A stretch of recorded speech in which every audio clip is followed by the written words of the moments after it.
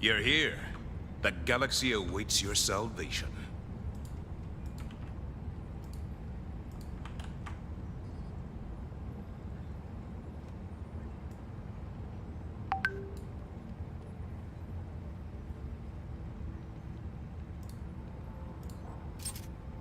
Allied destroyer has joined squadron. Engaging orbital thrusters. Mission coordinates locked. Hellpods prime. Keeps us safe in these trying times. Have you been playing some games? Not since last night. Holy fuck, everything's on max volume. Helldiver, glad to have you on board.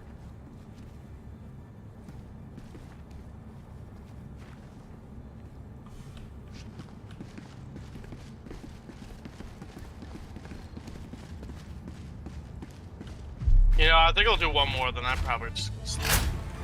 Sure.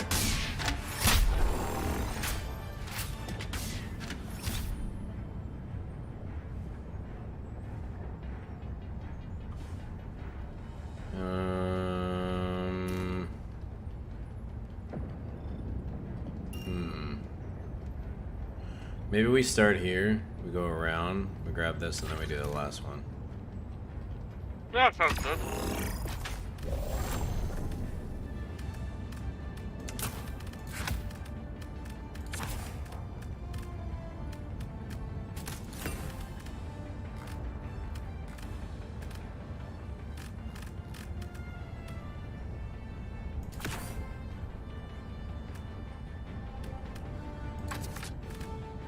Hellpod launch initiated.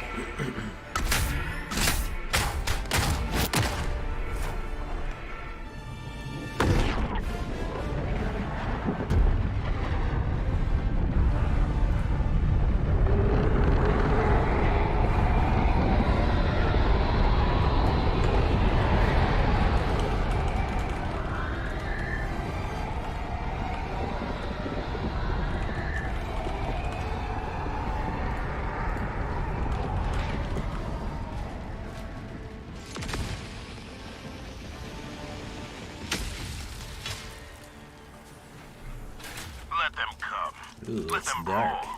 Let them face the insurmountable It is dark. might of the Helldivers. Freedom requires firepower.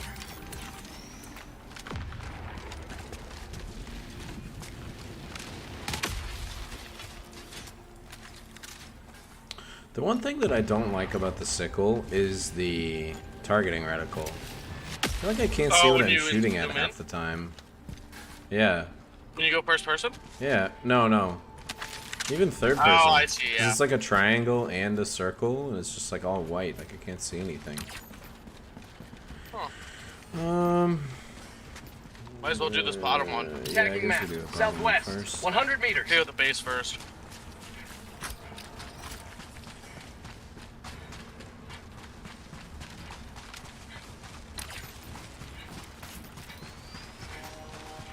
Sub-objective in your vicinity. Requesting sentry. Deploying sentry. I'm gonna do walking barrage. Orbital incoming. Yeah, it's a good call, I think. Calling in an eagle. Reloading!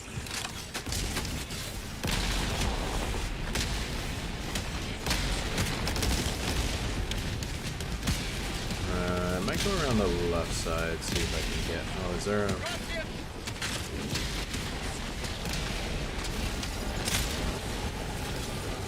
Reloading! On outpost spotted!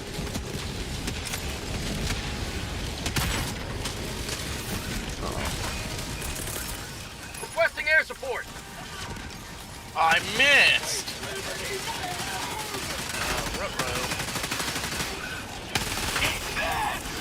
Have a taste of democracy!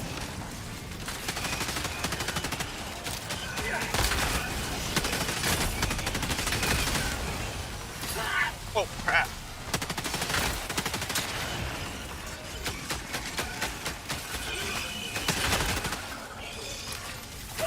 We get it? Yeah, we got it.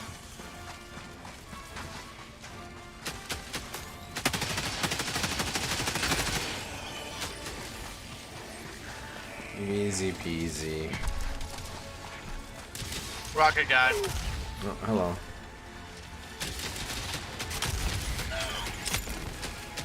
Bag's empty. We got both of them pretty quickly. Oh, watch the patrol on the left. Oh, we gotta go to the vein, don't we? It's down here. Dropping a pin. Southeast. 100 meters.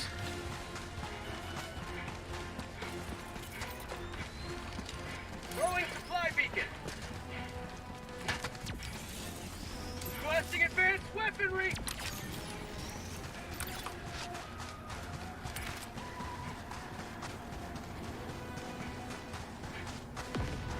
Objective critical stratagem available. Requesting objective equipment.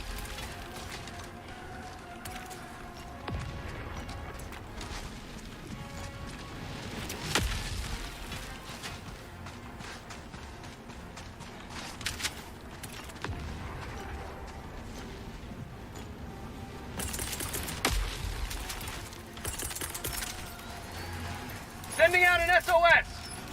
Engaging terminal.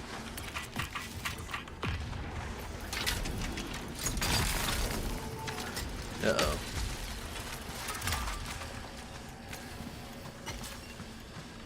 I got the terminal. Calling down a sentry. Uh-oh. Sending down sentry. Oh crap. Sending in an eagle. Watch out, there's an eagle right there.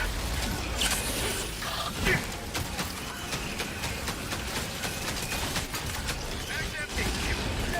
You will never destroy our way of life. Tank. Sending in an eagle. Holy crap.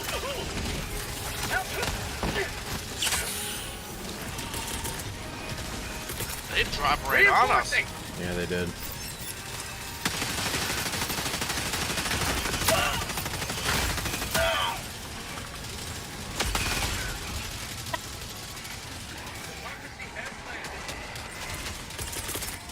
Requesting air support. Injury? What injury? Here comes the cavalry. Oh, perfect grenade. Rare sample acquired. It's the SOS One speak. rearming. Be back So call in shortly. more Helldivers.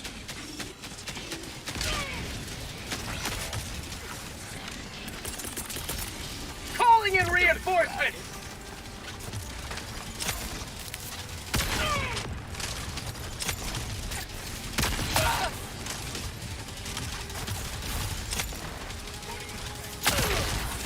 Gosh.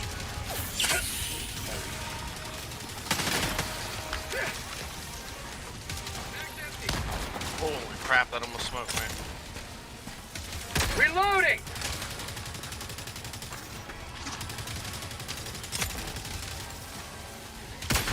Calling down a support weapon.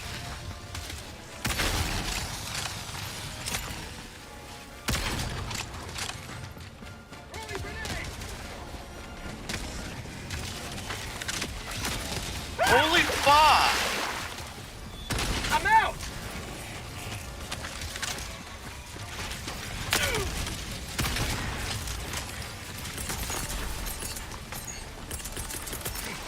Reinforcing. Verify that orb. Ouch. I don't have any more stims.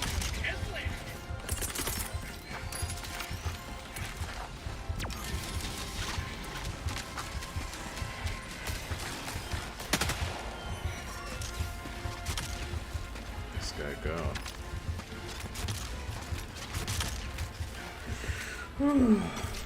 Can't see anybody. Requesting sentry. They're out there in the dust.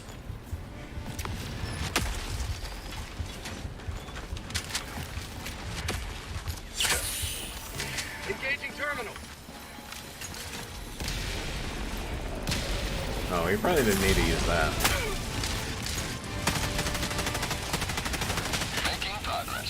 Ooh, you got their attention. Apparently.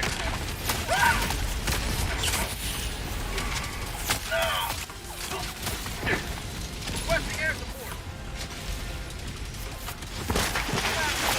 What the hell is going on?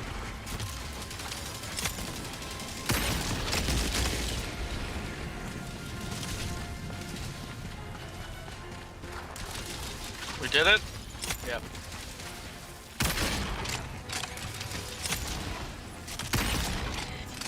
New mag.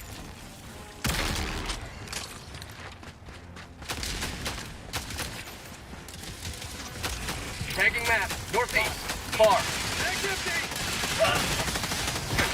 Oh my gosh. I think you need to get that Calling in armor that reinforcements. gives you the damage reduction against Drop the explosives. Yeah.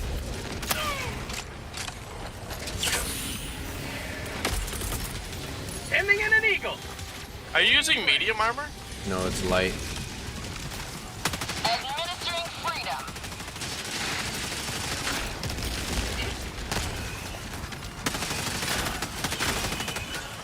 I think I should have used the laser gun. Now that's what I call liberty. Let's keep moving.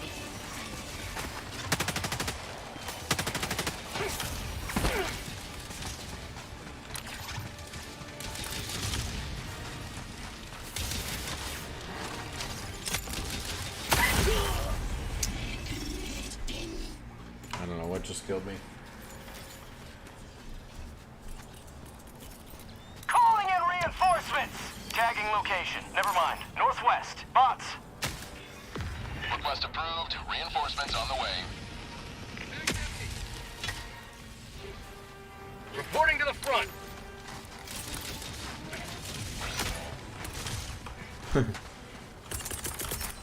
Reinforcing.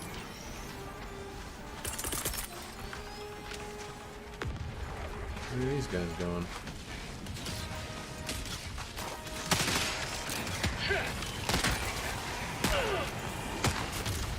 Mission at 30 minutes remaining. Oh shit. Requesting air support. Calling down a sentry. Attack underway. Deploying sentry.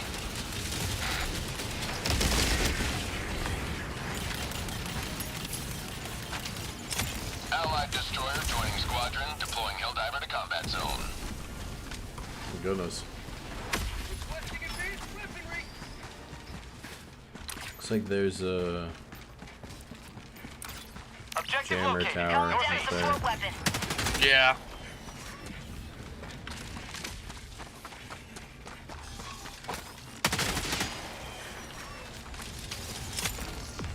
Reloading. That was a nice shot.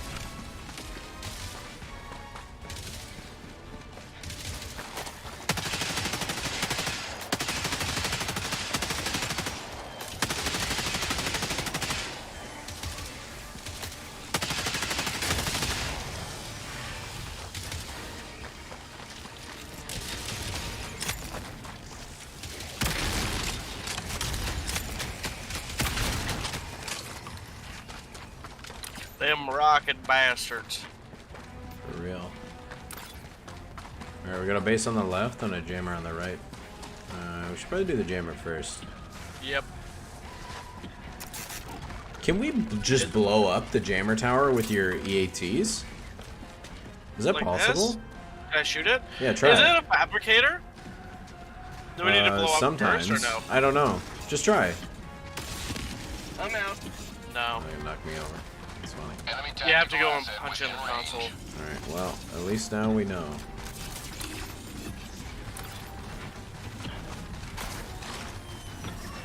Fire in the hole.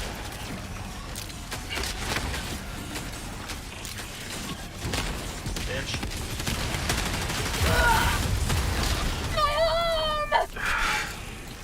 Nice, Smoko.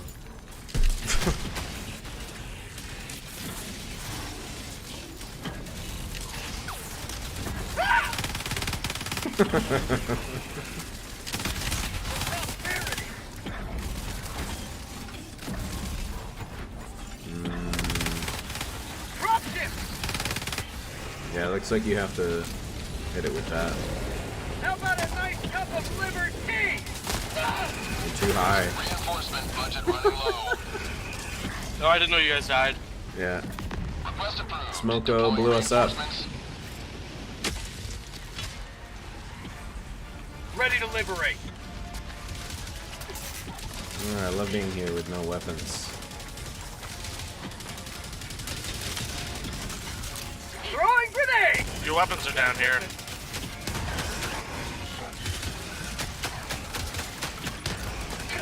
Fire in the hole! Mag's empty.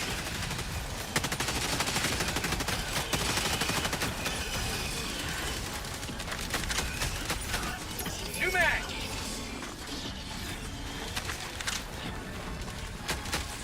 Rare sample acquired.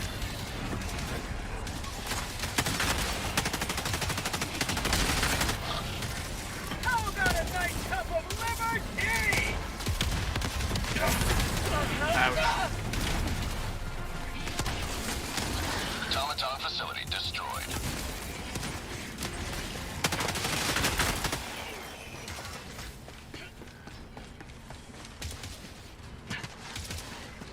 Orbital inbound.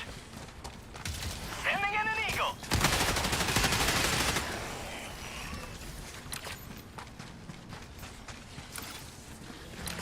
Let's get rid of these bases. Oh, I blew myself up. Fuck. Calling in reinforcements. Boy, we're Died really good like at that, aren't we? 1,000,000,000 times. Not my game. Sending in an eagle.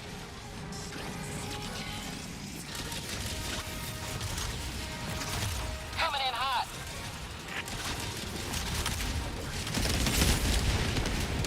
Rank. Eagle 1 rearming. Be back shortly. Dropping a pin. West. 100 meters. Spawn outpost. Requesting air support. I got the base.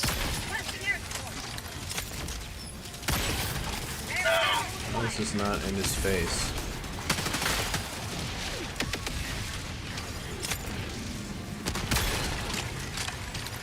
Calling down a support weapon.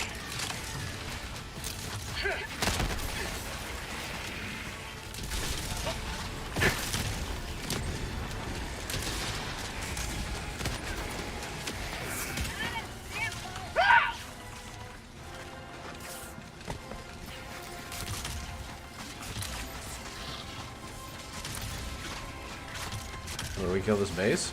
Okay, cool. Yep, I did. Alright, let's get to this signal here. Throwing supply beacon. Objective critical stratagem available. Requesting sentry. Calling down objective equipment. Sample collected. We got the mortar, baby. There's a hull coming up.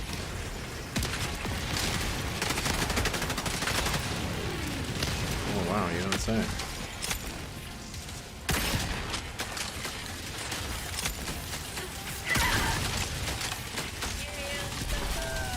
I got the terminal.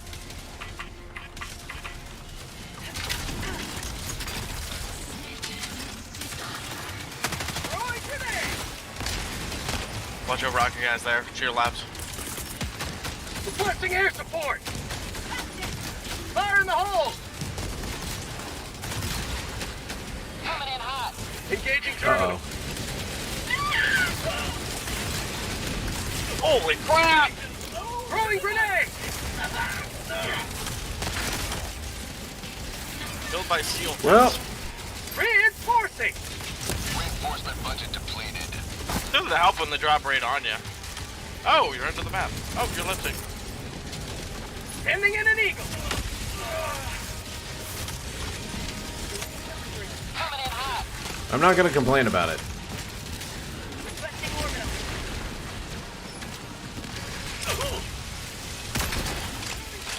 Holy fuck, you spawned into a bunch of the rocket dudes. No reinforcements right now. Eat this! Ouch. That's great, dude. Just knock me over and then Eagle 1, one-shot returning to me. destroyer for resupply. I was not on my A game. Yeah, I can't wait, Prime. Yeah, what have you died, like 10 times? Yeah, probably 12. I don't think we had that many lives, because we only started with 2. Well, you get more when Smoko joins. I think we get as many more as we already have, Requesting if that advanced makes sense. weaponry. Huh. So if we have like 6 between the 2 of us, then when he joins, we get like 9. Ow. Yeah, it's kind of weird. I just assumed you would get the 5. No, that would be nice, wouldn't it? Yeah, the Protect the President's supply truck looks pretty interesting. Orbital EMS? Really? I've been using the EMS mortar, but not the... Additional reinforcement funding approved. Calling in reinforcements. Not the orbital version. What's good about the orbital version?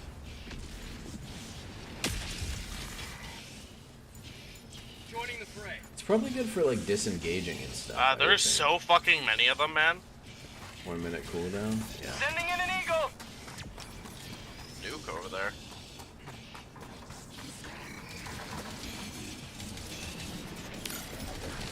Freedom forever. Wow, fuck, I just hit the hornet's nest. Yeah, you're fucked. I have some hope.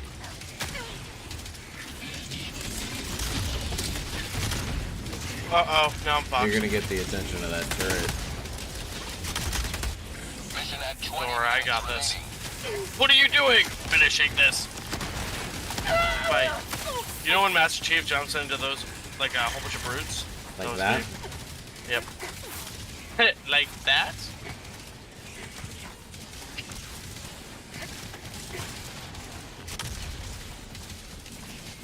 Yeah, I think you need to consider the, you probably have it. It's the green armor that I use all the time. Yeah, but it doesn't look cool. Okay, well, if you're dying 9 times, it doesn't fucking matter if you look cool.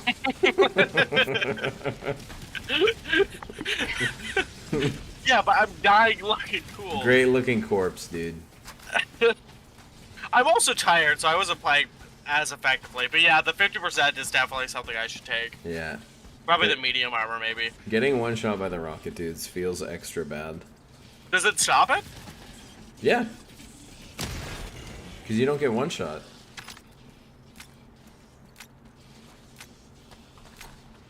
Additional reinforcement funding approved. Smoke those Reinforcing. converters. I think I'm gonna jump off. Okay, Request approved. Deploying reinforcements. No, let's see how this goes. Democracy has landed. dude. Why is that music playing? Requesting advanced weaponry.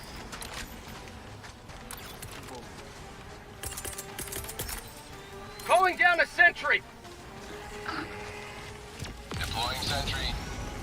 Why did it land there? I threw it against the rock. Heavy, northeast, 100 meters.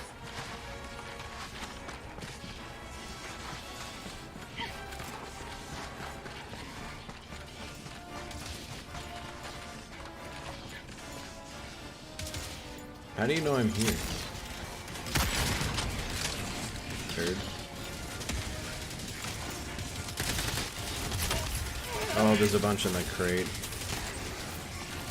Requesting air support. Requesting air support. Holy shit. Administering What is freedom. this, tremors? Oh, great. Actually, he didn't die to that?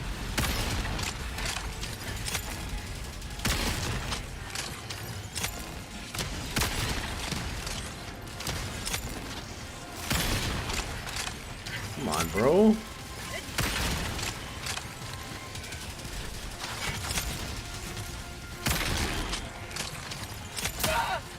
Allied destroyer has left the squadron. Oh, I think it's bedtime. Okay. Good luck. Sorry I died so much. That's fair. For God's sakes, dude. I'm trying to stim like 5 times.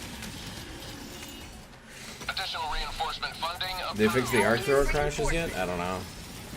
I haven't run into many arc throwers since the Request approved. Deploying reinforcements. since people discovered that it was causing problems. Seems like people kind of stopped using it. Oh, this is great. This is fucking fantastic. I'm stuck. Tagging location. Oh, you got stuck. Yeah, really cool. It seems like everybody else did too. Everybody else stopped using it.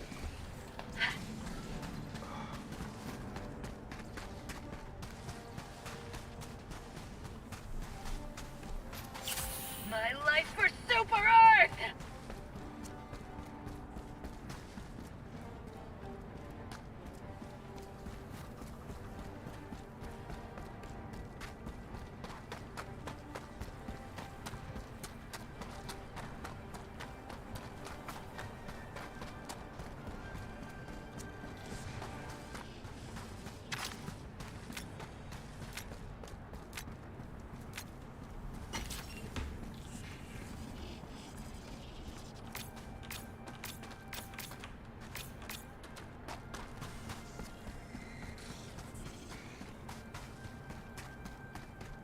Jump pack?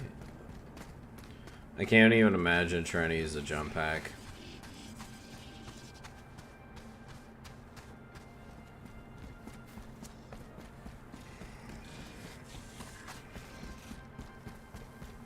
Like, what is even the point? What do you even get from it?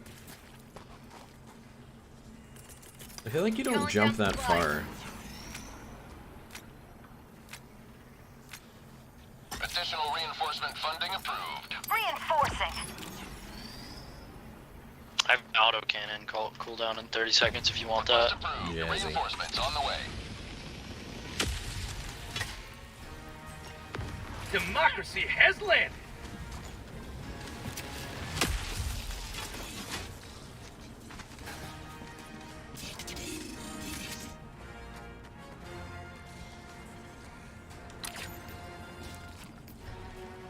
Tagging map, east, 200 meters.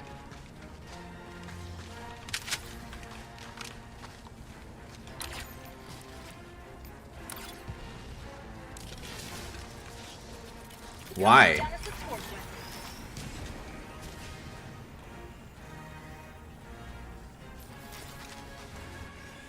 Dropships! What the fuck is that?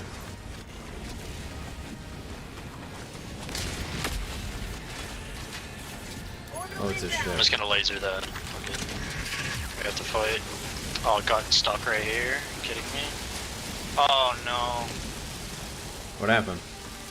It hit the fucking rock in front of me. It's like not doing shit. Oh, rip. It's just wasting it. Ugh. Sorry, they don't know we're here. Oh, that's weird. I figured they aggroed on us, they dropped.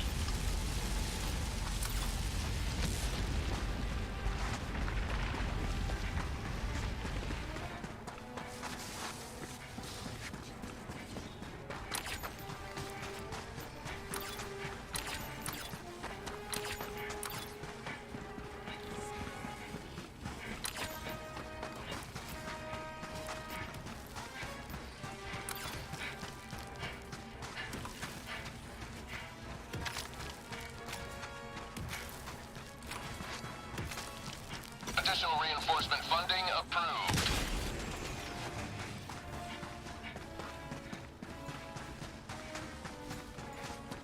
Okay. Fucking hell, man. Sending in an eagle! Requesting sentry! Sending in an eagle. Get some! Get some!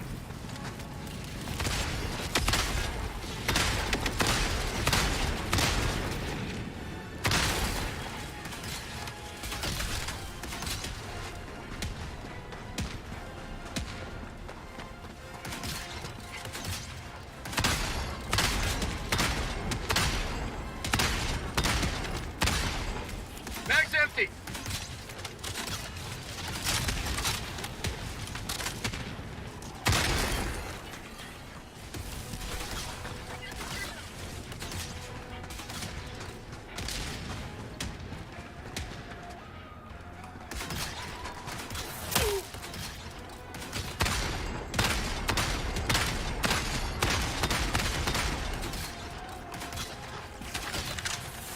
Reloading.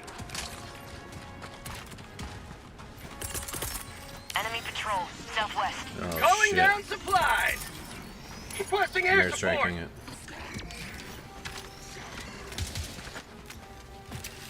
Here comes the cavalry.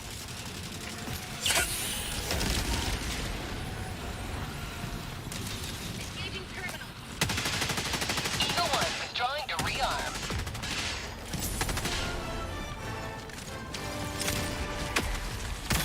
Making progress.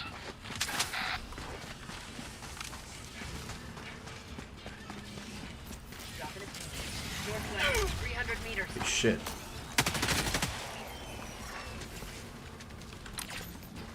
Reloading. Dropping a pin. West. Far. Alright, let's just try to complete the primary and get the fuck out of here.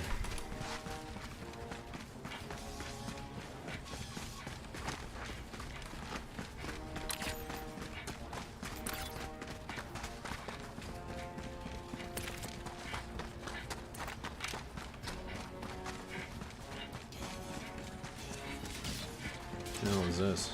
Oh. For prosperity. Mission at 10 minutes remaining. I'm gonna have to kill these.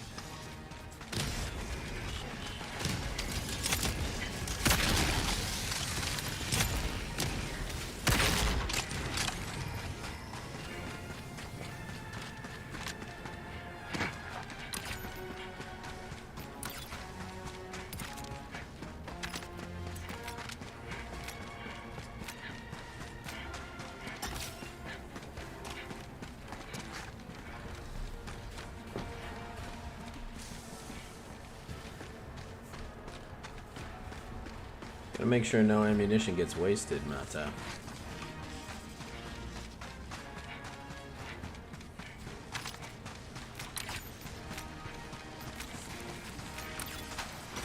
Eagle back from the nest. Look how many there are over there. Oh Holy fuck. shoot. Calling in an eagle. It's like a whole army of them. Calling down a sentry. Deploying sentry.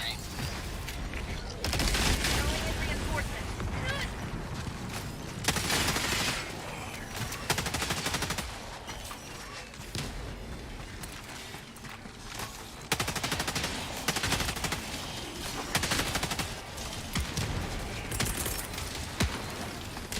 Hit me up.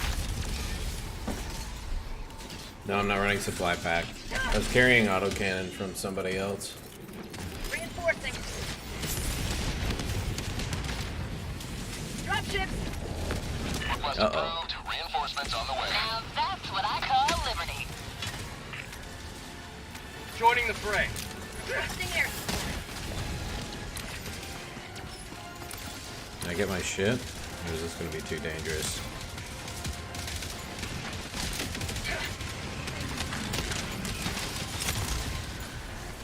Reloading. There's a fucking tower right here.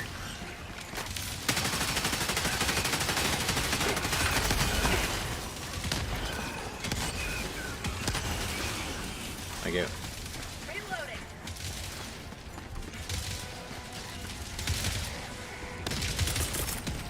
Requesting air support. What are these morons shooting at, dude? Administering freedom.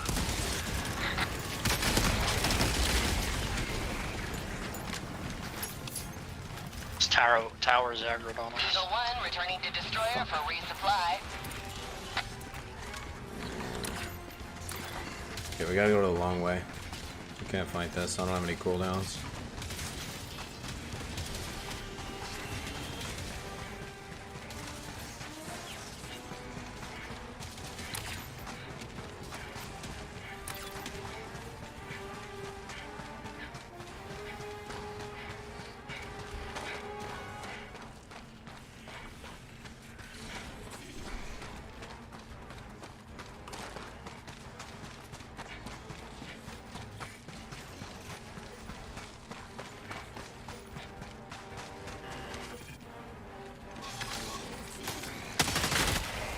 How about a nice cup of liberty?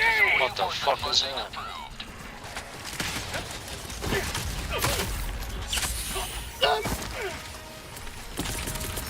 Oh, the fucking tower. You are in range of enemy artillery.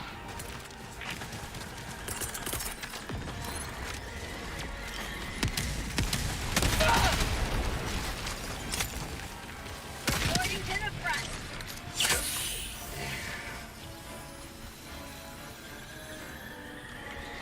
Warning, you are in range of enemy artillery. That was close.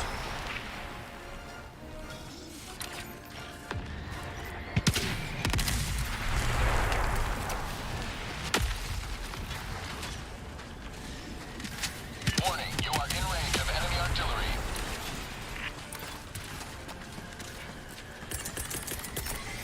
Requesting sentry. Deploying sentry. Hardy. Fuck it. Eagle back in the fight.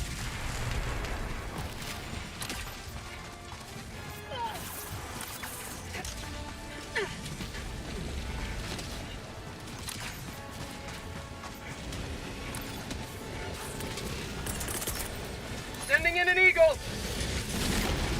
5 minutes left. Liberty speed your step, Helldiver. Democracy's on its way. There's a tank up here too. Sending in an eagle.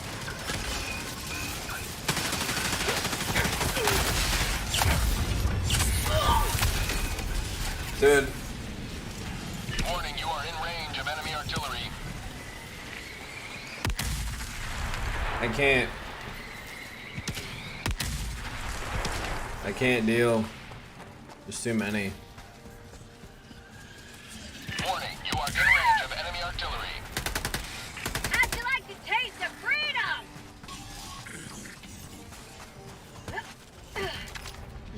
Main objective near your position.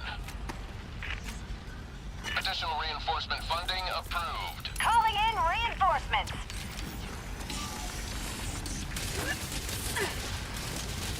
Request approved. Reinforcements have been launched. Objective critical stratagem available. Objective critical stratagem no longer available. Calling down a support weapon. Calling down objective equipment.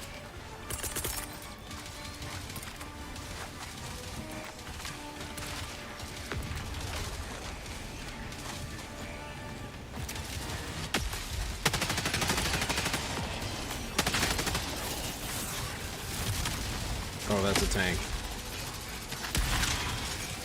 Requesting air support.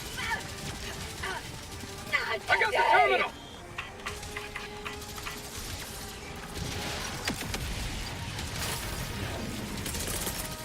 Requesting air support. Engaging terminal.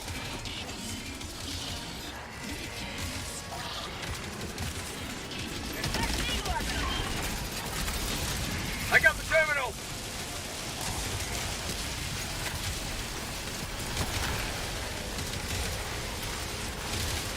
Throwing supply beacon.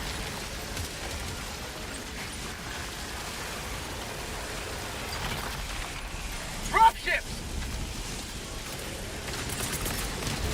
Sending in an eagle. Fire in the hole.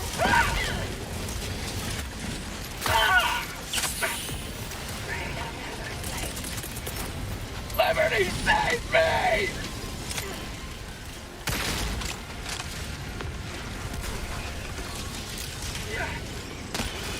Oh fuck, there's so much.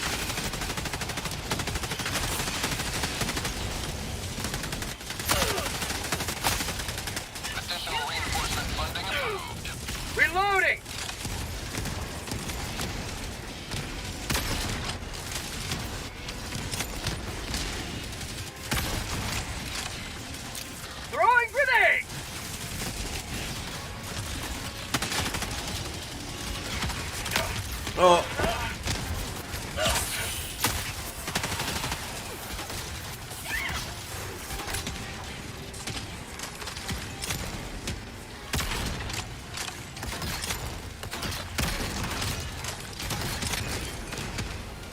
Reloading!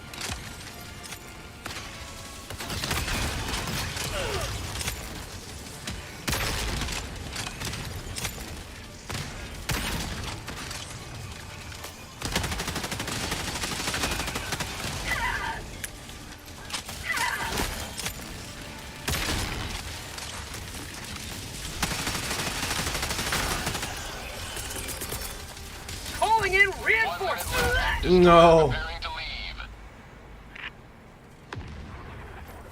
I have the rocket resistant armor.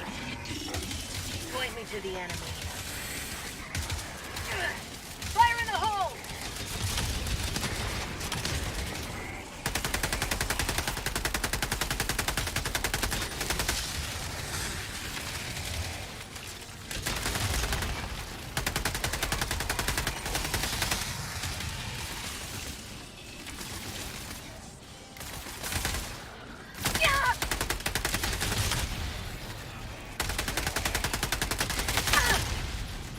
He's dead. Their deaths will not be in vain, so long as we still have heroes to All send that to fight. for nothing. Wow.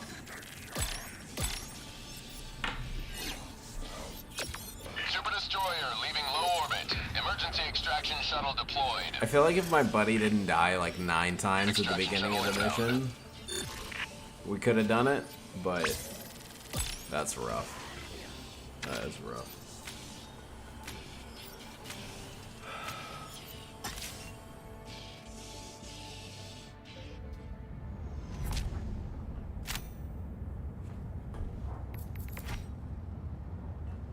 Jeez. We did a lot of killing. E for effort.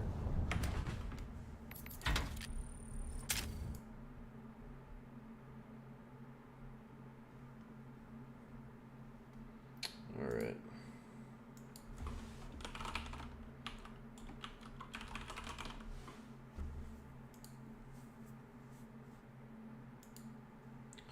Alright, fellas.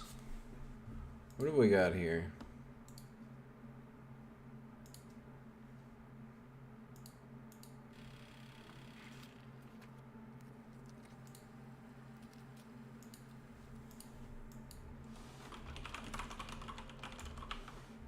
Welcome, Commander. The Australian Defence Battle Group. One of the first divisions that were able to beat back the Blitzkrieg at Tobruk and El Alamein. This battle group specializes in creating a defensive frontline position with logistical support at the rear to create a strong economy. Once supply lines have been established, you'll be able to take on the Axis forces with superior range and firepower. The Australian Defence Battle Group is split into logistical supremacy and frontline defenders. Let's take a look at frontline defenders first. I have a question. Why is the archer in logistical supremacy?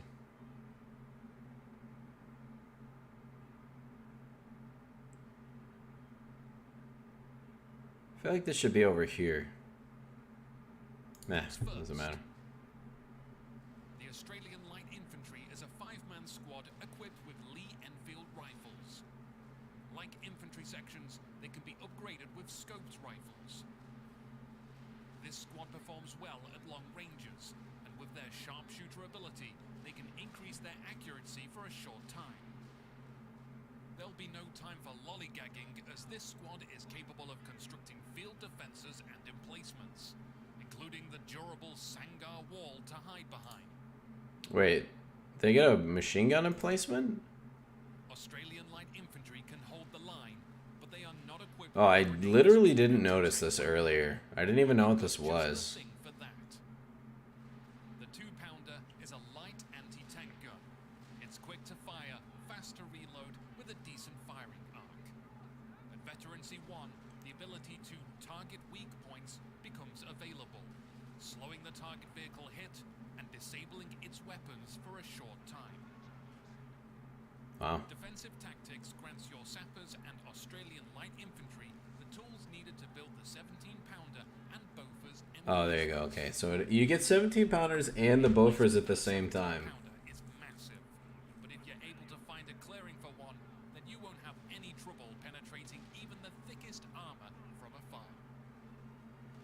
Whilst the Bofors can provide adequate anti-air coverage to shoot down enemy aircraft, it's also effective against infantry and light armor. Hold the Line is a defensive ability that bolsters the defense of your emplacements, team weapons, and base building. So this is basically the equivalent of Brace in COHPE3, except it has a heal on it, and I'm assuming it's a paid ability because it's in the end of their ability tree for this battle group, which is way better than Brace, because Brace was free and it had a short cooldown between uses. Heavy artillery fire, then hold the line. The over-repair ability. The difference though is you have to pay for it. Brace you didn't have to pay for in COHPE2, it was free. Enough to potentially shrug off an extra shell from a medium tank. That can be enough to get your tank to... Enough to shrug off a shell from a medium tank. So that means that it's like 120 HP of overheal, basically, minimum. Could be 160. And it looks like, based on the fact that they're showing the Humber, I guess it applies to all vehicles. So this means the Humber, the Dingo. Dude, you could make a fleet of terrifying Humbers with that ability. I wonder how many CPs it is. And then back into action for another tour of combat. Switching over to logistical supremacy, you'll find abilities that help strengthen your economy. The CWT supply truck run is a new mechanic which collects fuel. This is hilarious. I love this. Points. Activate this ability by clicking on a resource point, and then a supply truck will drive to that location. Once there, it will take some time to load the cargo, and then make its way back to add the resources to your stockpile. It's probably only 60 HP. He said an extra tank shell. And the headquarters. An extra shot from a medium tank. That's 120 HP. The more dangerous it will be. The enemy will be alerted to the presence of your supply truck, so defend it at all cost. If the enemy Unless I'm misunderstanding. is carrying supplies, they'll steal the cargo. I love that, dude. The fact that you can steal the cargo. It doesn't have to have 120 HP. Yeah, I suppose not. I don't know why they would say that if it's not 120 HP. Instead of just being like, oh, it's a little bit more health, you know?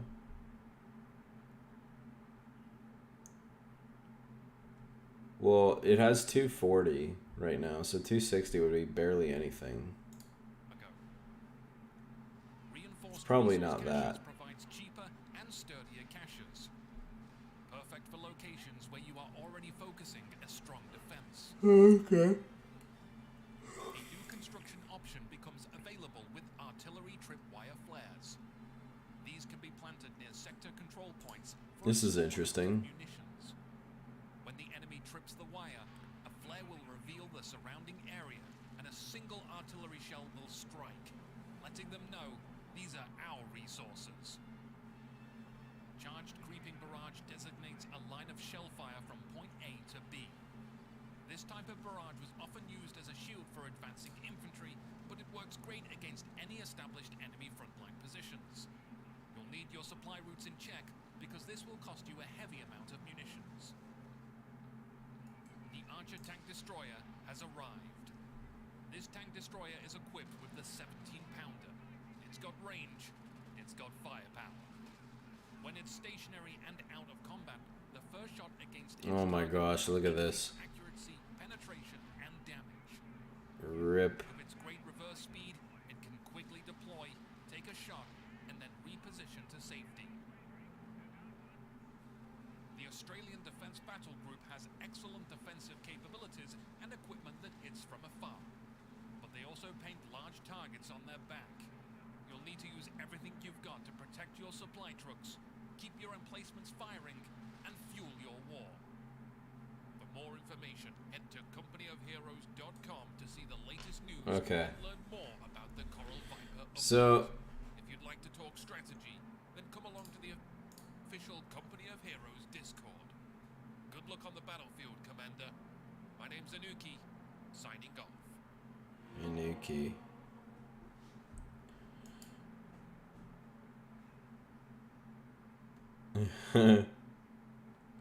That's good. People are happy.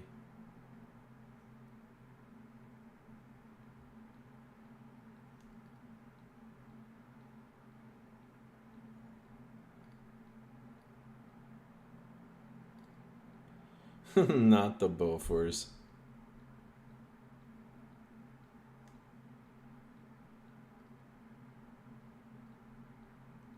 Interesting. So, The Australian Defence Force is split into logistical supremacy. okay, so we got the truck, caches, flares, creeping barrage, archer, over repair, hold the line, 2-pounder, and the emplacements. So you get the emplacements as a package deal, which is interesting. That means you'll probably be able to build them pretty early, considering they're right after the Australian infantry. This is probably this looks like a call-in unit. People were speculating that it was like a replacement for sections, but it doesn't really look like it. Like anytime when they did like the Ranger conversion kits, they had like different icons on it. So I don't think that's what it is. I think this is a call-in unit, like a Bersagliere or a Coastal Squad kind of thing. So this has to come out super early because it's a light AT gun. And it looked like it had a faster fire rate, which could be quite useful. I would imagine it probably does less damage though, because I mean, if it didn't, that'd be super busted. Like if it has a faster fire rate but not, or the same amount of damage, that'd be really OP. So it probably does like 120 damage, if I had to guess, because the other standard AT guns do 160. So you could get like two of these bad boys and take out like a light vehicle pretty quickly, I think.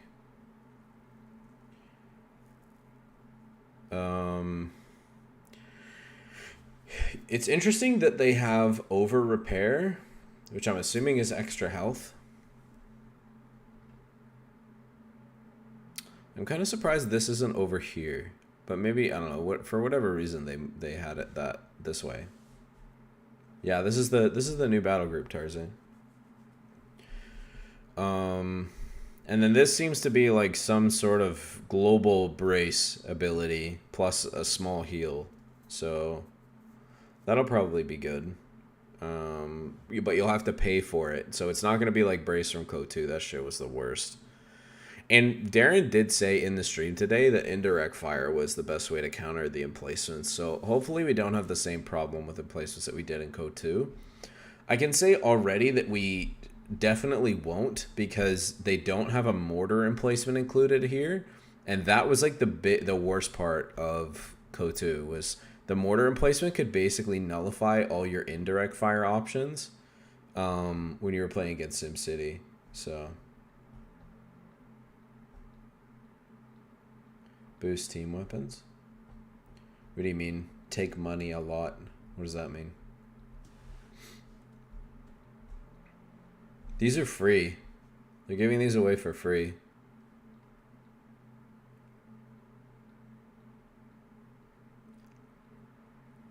Boost their performance. Okay, cool. Yeah, and it says it'll be free for all players in the in-game store.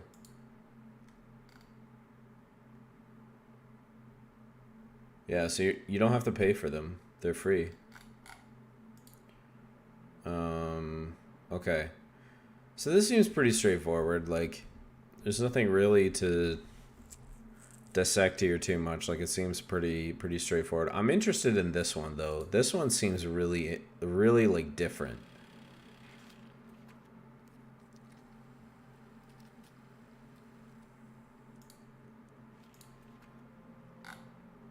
Welcome, Commander. The Battlefield Espionage Battle Group specializes in camouflage and subterfuge. Avoid the enemy's detection, then be the first to strike hard and fast. Use underhanded tactics to steal enemy resources and disrupt their intel in the combat zone. The Battlefield Espionage Battle Group is split into infiltration and disruption. Let's take a look at infiltration first. The Funk Panzerwagen is a non-combat vehicle. It can be upgraded from the 250 half-track or arrive as a call-in. With the Coordinate Ambush Operations ability, it can... Alright, look at this. So, you've got... See, all these guys have cloak and they're moving. It looks like the range of the cloak is like this distance from the vehicle, which is pretty big. Like, this is pretty substantial range on the cloak ability. And then when it gives combined arms and... Oh, wait, no. It doesn't look like they do. I was going to say they get an ambush bonus when they attack, but it doesn't look like they did. Because assault grades with ambush bonus could be fucking crazy, dude.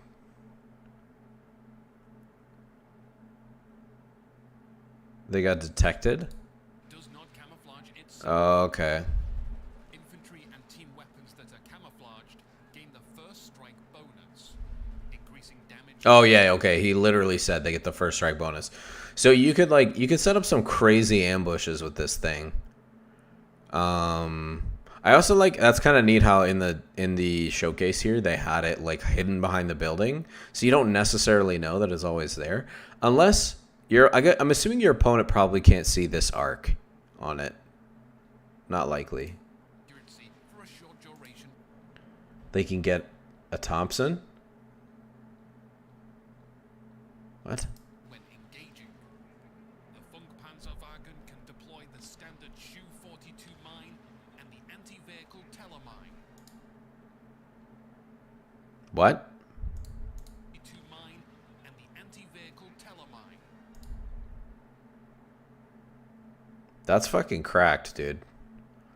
250 that can plant tellers? Holy shit. A 250 that can plant tellers? That's crazy. I wonder how much this thing costs. And then, do my eyes deceive me? They do not. The fucking Goliath. Wasn't enough. How about the Goliath? A remote If that wasn't enough. Oh my god, it just deleted that squad. Look at this thing. It gives engine damage too. That's crazy. It does engine damage? So it's basically like a mobile mine. That's freaking crazy, dude. It is still only a support vehicle though. Like, it doesn't have any combat abilities. It can plant mines and shit, so that's I would call that combat abilities. But it seems like you're gonna like play like it seems to be the linchpin of the whole battle group. Like, everything is built around this half track, this 250, which is crazy.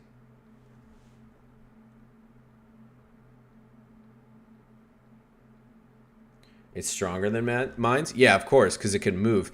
And because it does so much damage. Look at this, dude. What is this? This is like 230 damage. It wasn't even right on top of it. 110 pounds of explosive. The Goliath can be deployed out the back of the Funk. No fucking way, dude. No fucking way. So this thing plants regular mines, teller mines. It can drop the Goliath. Like, can it also like bang my mom? Like, what else? What else can this thing do? It can cloak all my units. Look at this, dude. Look. They're literally standing out in the open, and it can just cloak everything inside the radius.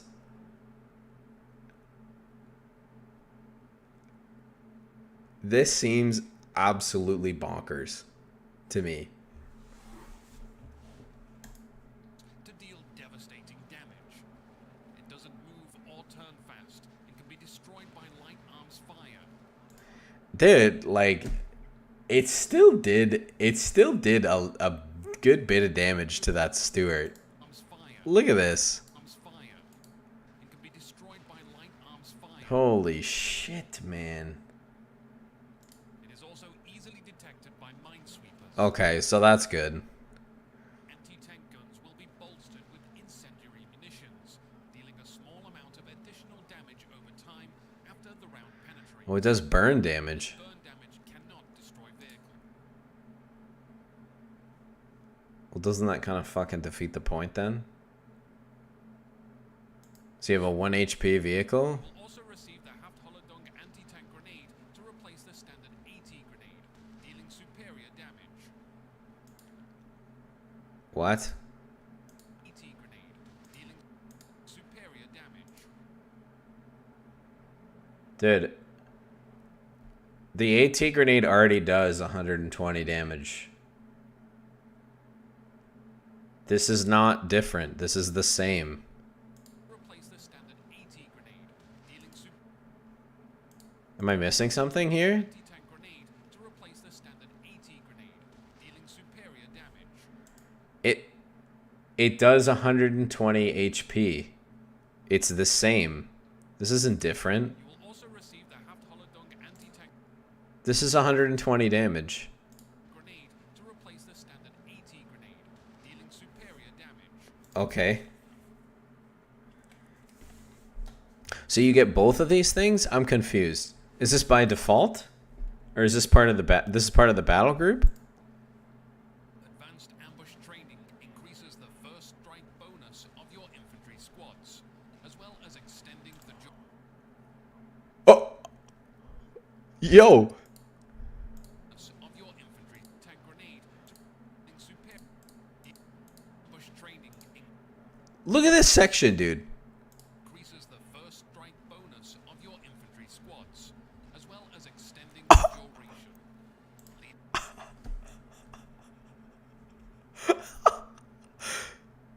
This is the first strike bonus of your infantry squads, Look at this. as well as extending the duration. Holy shit. Increases the first strike bonus of your infantry squads, as well as extending the duration. Holy shit, dude. Dude, these guys are like fucking Stoss. Better than Stoss. Easily. What is this? What the hell is this? +5? +5 munitions for what?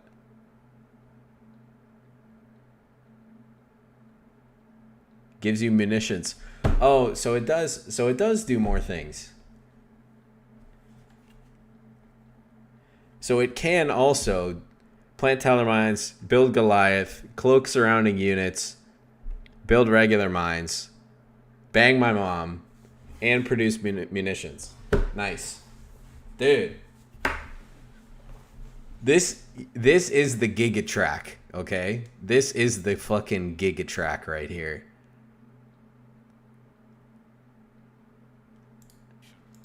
Dude, I can't get over how fast they just melted that infantry section.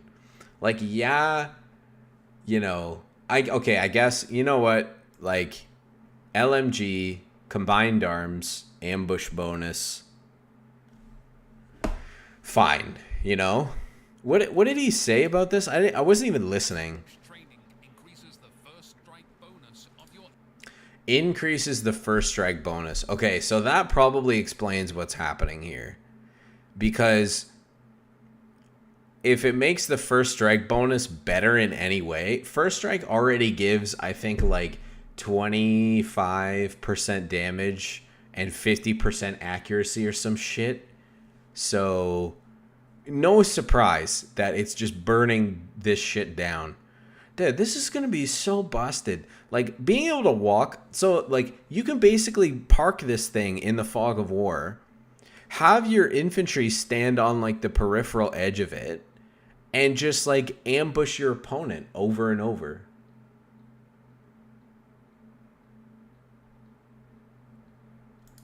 Infantry squads, as well as extending the dual Also, how much damage did this AT gun do, bro? What the hell?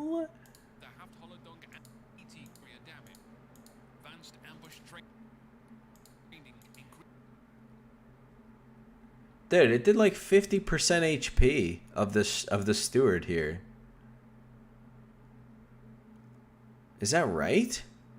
Or is this stronger too? Look, it's got the ambush bonus icon on it. 230? increases the first strike bonus of your infantry squads, as well as extending the duration. As well as extending the duration. How long is it? Let's see. Let's try and count. What are we at? 209? Ambush training increases the first strike bonus of your infantry squads, as well as extending the duration. Dude, that shit is 8 seconds long. That ambush bonus is 8 seconds long, dude.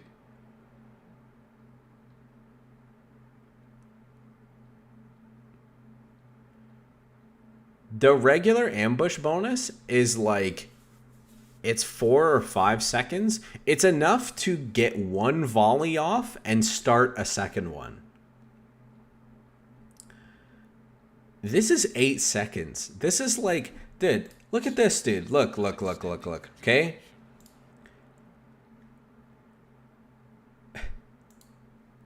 You're at this point, like, ambush bonus wearing off, the engagement is over, dude. You're not fighting this PG with a 2-man section. You're getting clapped. You're gonna bleed like an insane amount of manpower. That is fucking crazy, man. This is so ridiculously strong.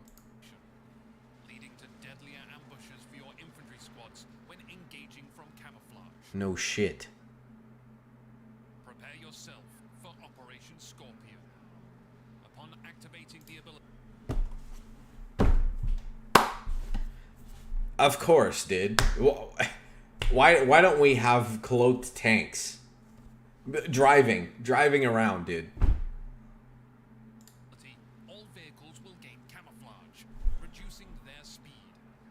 When a vehicle is revealed, its rate of fire will increase for a short duration, allowing you to choose your targets carefully before pummeling them into submission.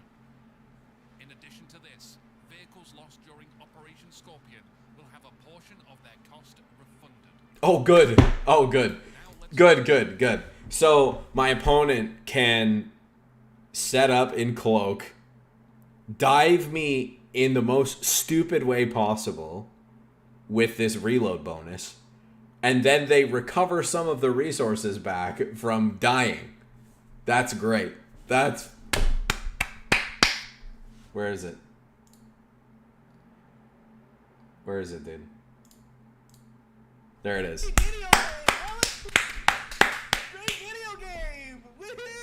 That's the good stuff right there.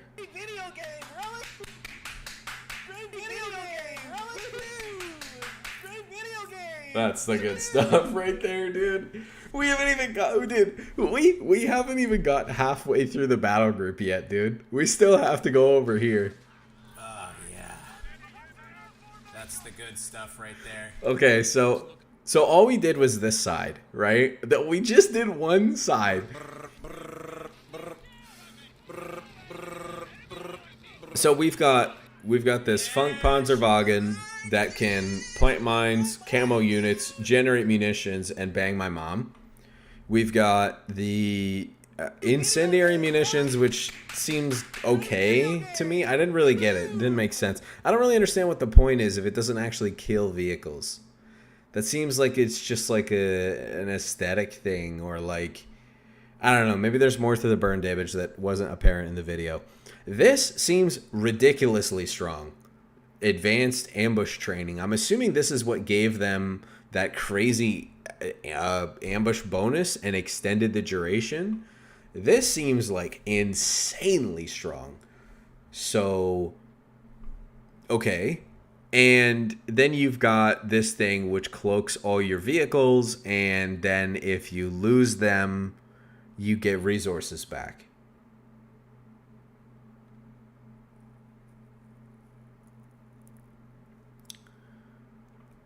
I do talk to the team sometimes.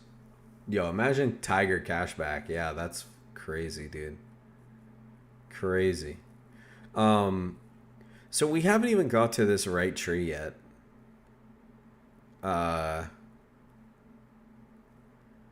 Operation Scorpion, dude. Jeez. Wait, is this a 3-way exclusive choice? What the fuck is this? You only get to pick one?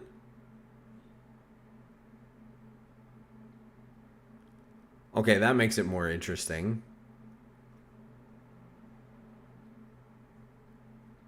What the fuck, dude?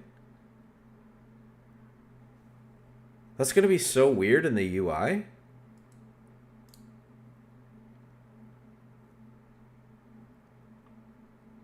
Interesting. Okay. So maybe that makes it a little more balanced. I don't know. That's weird. This is the only 3-way choice in the game right now. There isn't any others that I'm aware of. Okay, so we tackled the left side. Seems strong as fuck. This seems to me to be probably the most useful. Obviously, you get this for free. Or not free. Like, you get it as part of the tree. That's like the opener. This seems to me to be pretty appealing. Like, attack infantry. I mean, we saw that freaking section just get absolutely wiped by that PG squad. So, I don't know. This seems kind of situational. You probably have to pay for it. Maybe with this, you have to buy like a camo package or something for the infantry on Askrans. Yeah. They did talk about like detectors and stuff, like scouting, like units that can see the units that are. I think it was units with sweepers, from what I could see. Units with sweepers, and then they talked about recon runs. They talked about flares, and what else did they talk about? I think ultralights as well. Ultralights probably can detect units. So maybe this won't be that bad. You just have to play differently against them. Is what it seems like to me. The disruption side of the tactical tree. The battlefield espionage battle group can choose one of 2 radio beacons that can be constructed by Panzer Pioneers, Panzer Grenadiers, and the Funkpanzerwagen. Okay. The Intel disruption beacon detects nearby enemies, marking their location. It's just fucking wall hacks. Or map hacks. Okay. That's pretty cool. In the fog of war. This beacon also provides camouflage to nearby infantry and weapons teams.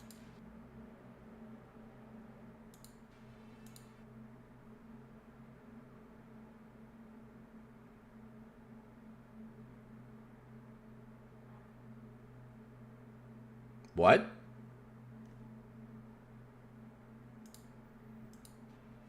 The battlefield espionage battle group can choose one of 2 radio beacons that can be constructed by What? Panzer Pioneers, Panzer Grenadiers, and the Funkpanzerwagen. The Intel Yo, wait. Look it. that can be constructed by Panzer Pioneers, Panzer Grenadiers, and the Funkpanzerwagen. Dude, the USF player's like, I'm gonna win this engagement. But what he doesn't know is there's a little mouse headed his way. Just a little mousey. He's coming this way. Dude, the fact that you can drive this thing, it looks like it's cloaked right now. You can just drive it around in the open cloaked because of this thing.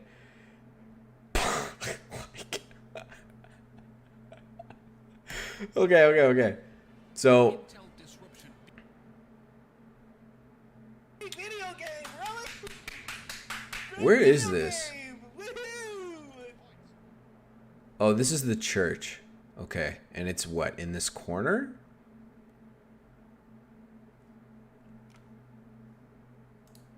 Beacon detect. This is a pretty fucking big area, dude.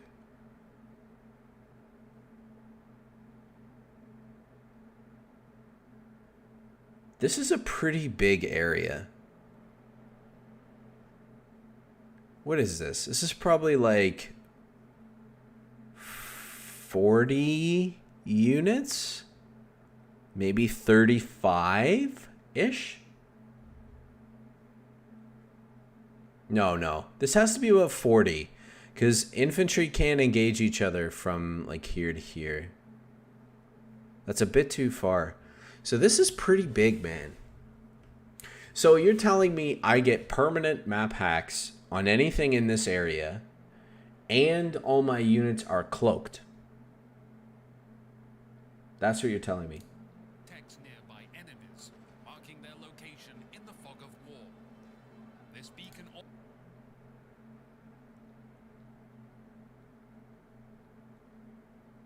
Okay. Look at this. Beacon. Okay.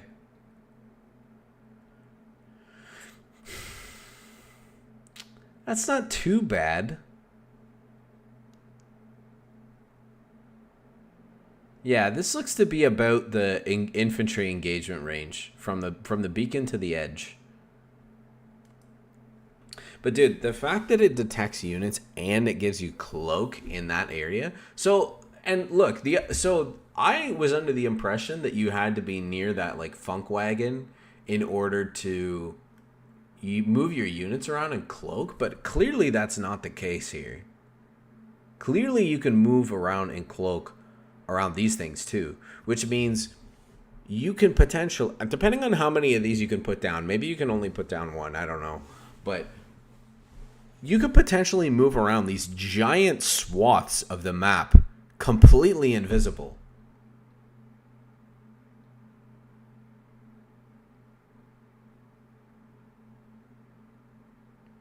Why Pigran's weekend section?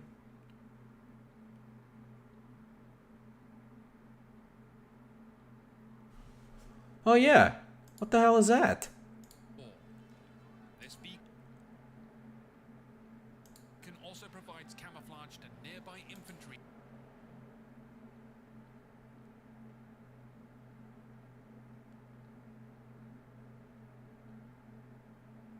And weapons teams. What the fuck is that? By infantry and weapons teams. The sector subterfuge beacon steals resources from enemy territory. If this radio beacon is in your own territory, it will make it harder for the enemy to capture. Whilst these beacons are camouflaged, they can be easily detected by scout-type units.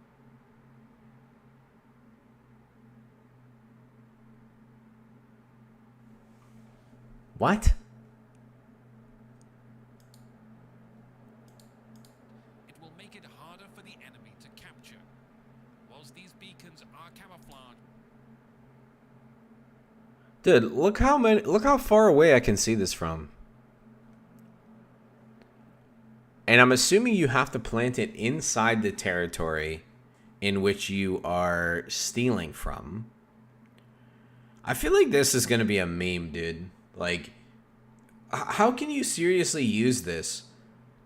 It's so obvious to me that this is happening. And so all I'm going to do is walk around in my territory with a scout or equivalent unit, maybe like an ultralight, drive around for 5 seconds, find your beacon, and tear it down. Easy. Like, I don't know. This seems... I would think this needs to be a little bit more subtle, man. Like here, this point on Villa, this is a plus 16, right?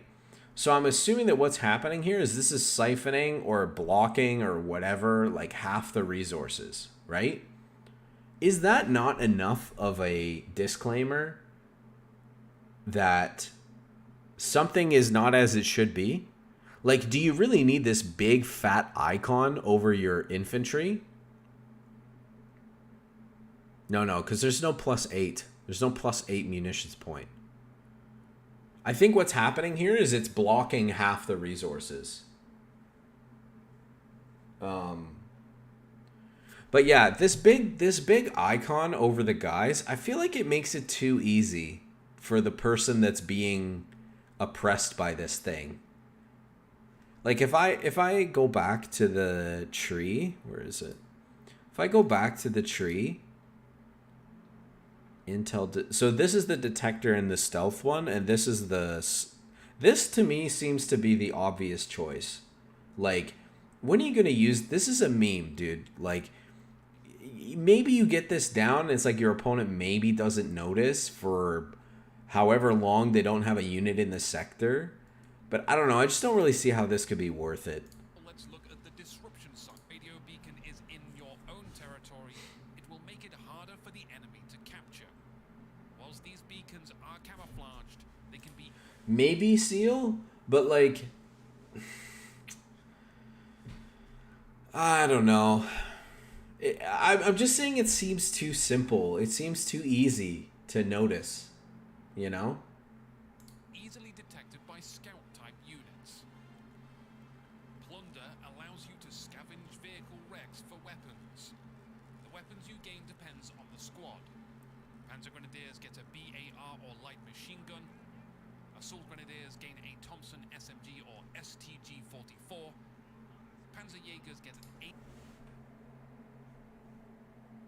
AT rifle or bazooka. And Panzer Pioneers get a G43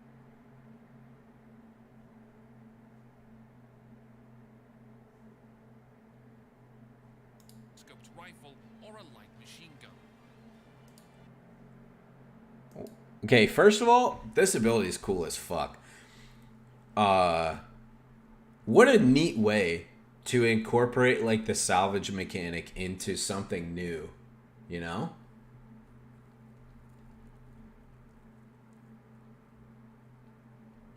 The Giga Beacon. You put down enough of them and they're a huge headache. You probably have to pay for them though, dude.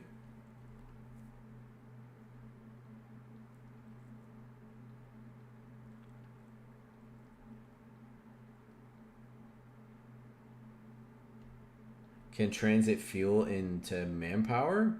Okay, hold on. We'll get to that. Let's talk about this first. So, what happened here? Let's back up. What did he say? He said they can get one of two weapons? Machine gun wrecks for weapons. The weapons you gain depends on the squad. Panzer Grenadiers get a BAR or light machine gun.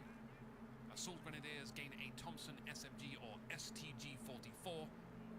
Panzer Jaegers get an AT rifle or bazooka. And Panzer Pioneers get a G43 Is that...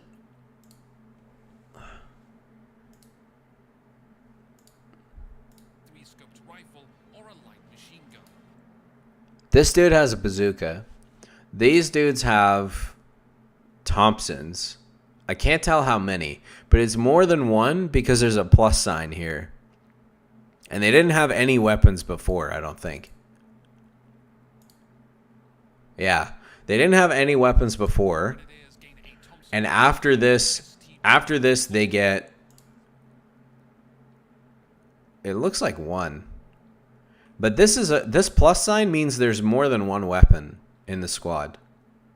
All Thompsons? A Thompson SMG or STG-44. Panzer Jaegers get an AT rifle or bazooka. Dude, I'm geeking out about this. Hold on. Or light machine gun. Machine Grenadiers gain a Thompson SMG or STG-44. I can see the brown stock from the Thompson right here. But I don't see it on any of these other guys. I just see it here. All of them? Damn, okay, that's cracked. I'm assuming. I don't know. It depends. I guess it depends which Thompson it is, right? because the Ranger Thompson is like giga, you know? The regular Thompson, the Rifleman Thompson is shit. The Rifleman Thompson is like worse than the... okay, but to be fair, I'm assuming they wouldn't put this in if it wasn't some kind of an upgrade, right? Could slow down the video. True.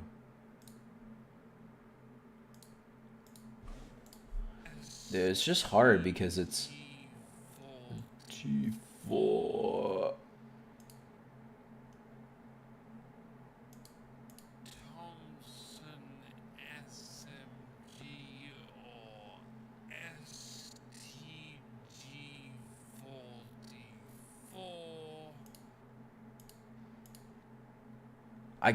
It's fucking blurry, man. I can't see shit.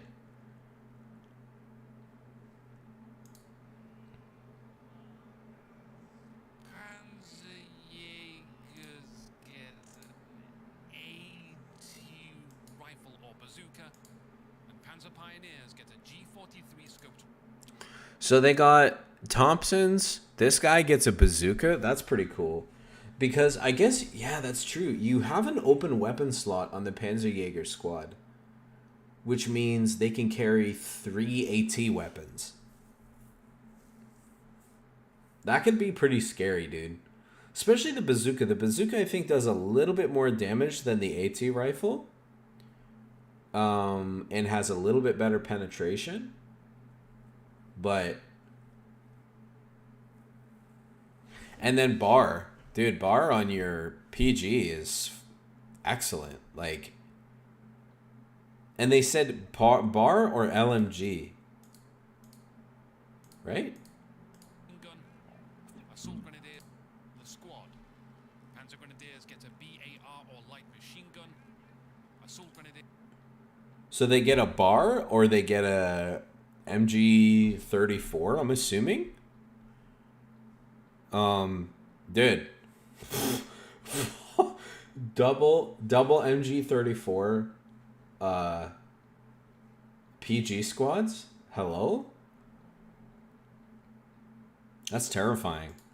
Gain a Thompson SMG or STG-44. Okay, but how do you know which weapon they're gonna get? Is it just random? Or Panzerjägers get an AT rifle or bazooka, and Panzer Pioneers get a G43 scoped rifle or a light machine gun. A G43 scoped rifle or a light machine gun? What weird choices. Wait, which... So they get a G43 or they get an MG34? Or the... That would be really good.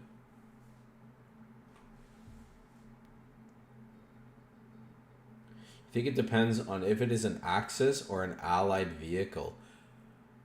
Oh, that's a good call out. What are these? These are all US vehicles, dude. Panzer Grenadiers get a BAR or light machine gun. Assault Grenadiers gain a Thompson SMG or S. Yeah. I think you nailed it, dude. I think you nailed it.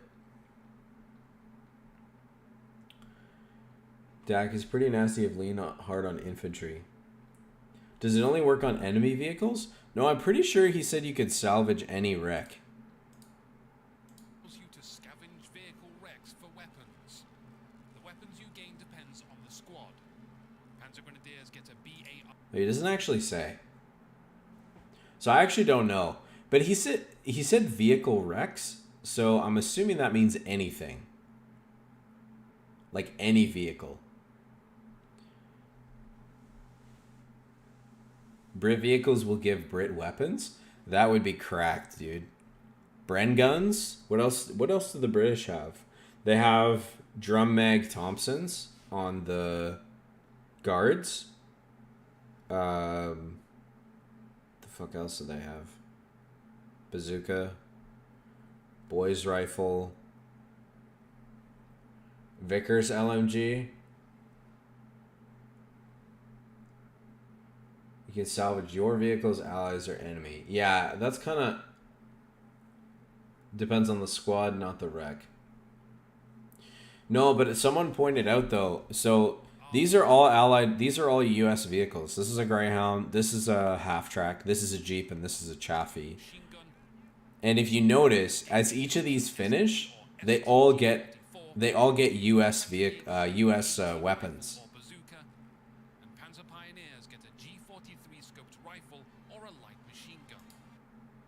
So basically, it sounds like there's an Axis weapon, and then there's an Allied weapon depending on what kind of wreck it is, whether it's US or UKF, I'm assuming.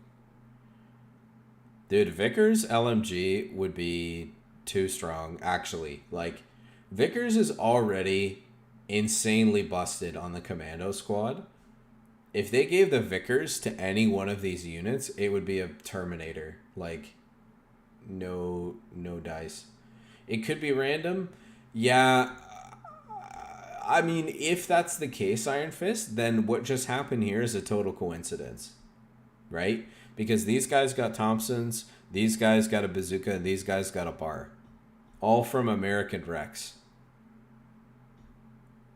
Either way, this is a sick mechanic. I love this. This is so cool. And combined with like the stealth action, I think we'll be able to see some like DAC infantry finally. Wish you could see the pile weapon. Yeah, I mean they said what, G43 or LMG, which I'm assuming is one of the LMGs, right? So it could be like MG34. Oh wait, no. I guess the German one is the G43. So maybe LMG would be Bren gun or 1919 from the captain. Potentially. You lose transfer point. Manpower buff that can't get anywhere else. Yeah, I guess it could just be luck. It could just be random. Transfer depots upgrades your resource caches to be able to trade fuel or munitions for manpower. This could be useful because you usually end up floating a lot of fuel as DAC in the late game. So this could be pretty useful. I think it's going to depend on the ratios though. Like how much of each resource are you trading for how much manpower? Right? Could you exploit it by building a bunch of motorcycles early game, then having stacked squads? Well, you'd have to lose the motorcycles. So, plunder or transfer point? I mean, I'm leaning towards plunder right now just because specifically in 1v1s, you don't really see that many caches anyways. So I'm kind of leaning towards plunder at the moment. It also just seems like something that'll help your infantry scale, which is really nice. Yeah, there you go, Roar. There you go, dude. DAC has a shit ton of fuel. It's not that they have a shit ton of fuel, it's that they have nothing to spend it on. Because tier 3 is garbage and too expensive. And all of their other vehicles are cheap on fuel. So, I mean, that's a good point. You know, you could put one of these on like your plus 10 on the, what is this map? This is Twin Beaches. You could put one of these on your plus 10 and just farm that shit for a while, right?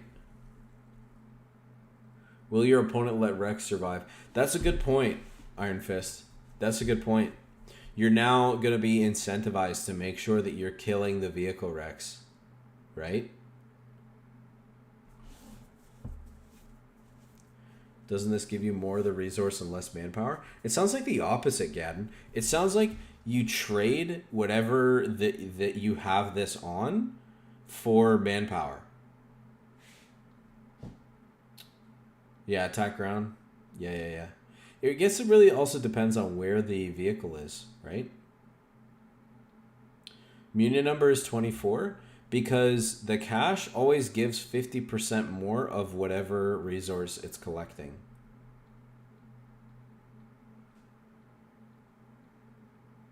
So it went from plus 16 to plus 24. The resource exchange rate can be improved by... Yo, what's up, Goodman? Can we slash L anymore in 1v1 before 5 minutes? I understand how it works in team games, but 1v1 isn't clear to me. Yeah, it wasn't clear to me either. I was asking the question, but I didn't get an answer during the stream. So, it seems to me like the surrender option is going to be blocked out before 5 minutes, and then you can surrender. And I think in 1v1s, it still issues you the penalty if you quit instead of surrender. Which to me seems kind of bogus, but I don't know. I think we have to wait and see.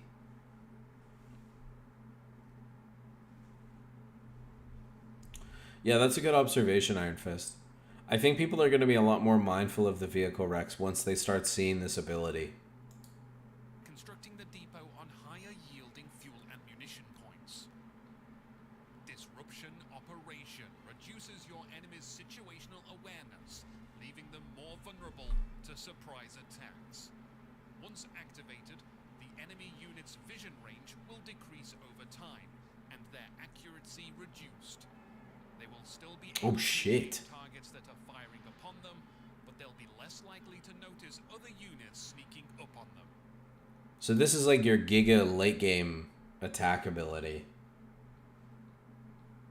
Hopefully they make wrecks stronger than just driving into them. Yeah, that's a good call out, again. I don't know. I don't know if they're going to do that.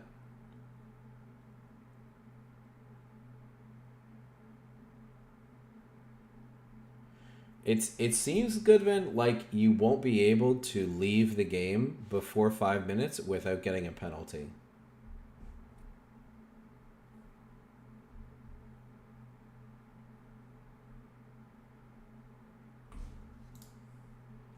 Scorch the earth in a storm of fire. Dude, look at this shit. They have combined arms, and they're just full sending it into this squad with cloak. This ability shells the area with incendiary rounds which burn the ground. Infantry and structures will take damage over time. Infantry will also move slower and be easier to hit. The Battlefield Espionage Battle Group is great at Dude, look at this, dude. Like, it's like, oh, I got my opponent on the ropes. Psych. Fucking assault grand squad. Literally throwing grenades from cloak. Oh my gosh. For more information, visit community.companyofheroes.com to join the co-development and provide feedback directly to Relic. If you'd like to talk strategy, then come along to the official Company of Heroes Discord. Good luck on the battlefield, Commander. Anuki, out.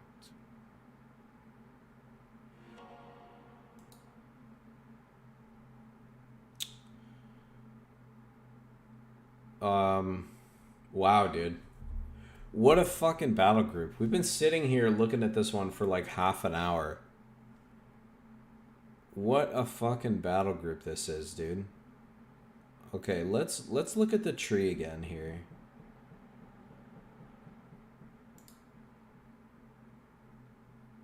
The cloak tanks is something else, yeah, agreed. But it does look like there is a three-way mutually exclusive choice between these three, which is the first time that we've seen one of these. Have I looked at the British? Yeah, we just went through it, Seal. I'll go back to it after this, though. We'll talk about how they interact together. So this is crazy. This unit's a fucking... This is the most Giga Chad unit. Do it all. Like, dude, you thought the 254 was crazy utility? Like, dude, this thing... Again, let's recap, okay? Plants regular mines, plants Teller mines, plants basic mines, plants the Goliath. So you build the Goliath. I think you build it from this thing. Or maybe you transport. I don't know. It wasn't really clear. But it said you deploy it from this. So I'm assuming that means that you build it from the Funk Wagon. Okay? Cloaks all the units around it, but not itself. Okay, so fair enough. Doesn't cloak itself, but cloaks everything else around it. And bangs my mom. Okay? One unit. One 250 half-track. Does all that. Okay? Then we've got our 3 choices here. Ambush training, which seems insanely strong. Oh, sorry. That's right. Ammo farm. Forgot about that. Good point. And plants beacons. Yes, good call out, Varga. Good call out. We missed that.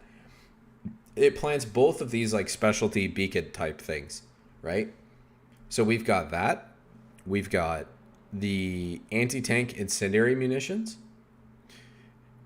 which I don't know, I kind of have mixed feelings about right now. It just seems like it does extra damage, but it won't kill the vehicle, which I kind of feel like defeats the purpose, you know? Like, if it's still going to be 2 shots or 3 shots to kill a big or a small vehicle, like, what's the point, you know? But maybe there's more that we're not seeing here. They only showed it for like half a second, so I don't really know how to feel about this. This looked really strong. This was an 8-second cloak. Somewhere between 8 and 10 seconds. And he said that it increases the performance of ambushing units. To me, this seems like the best option between these 3. Because I'm assuming this is a paid ability. So you probably have to pay like some amount of munitions for this. And it gives your vehicles rate of fire, cloak, and refund some of the resources. However much that is, that's going to be dangerous. I don't know. I don't really like the idea of refunding refunding resources on vehicles lost. Also, doesn't Battlefield Salvage literally do the same thing? Like, you lose your vehicle. No. Sorry, you kill vehicles. That one's different. You kill vehicles and it gives you resources. This one is the opposite. It's fully refund? No fucking way.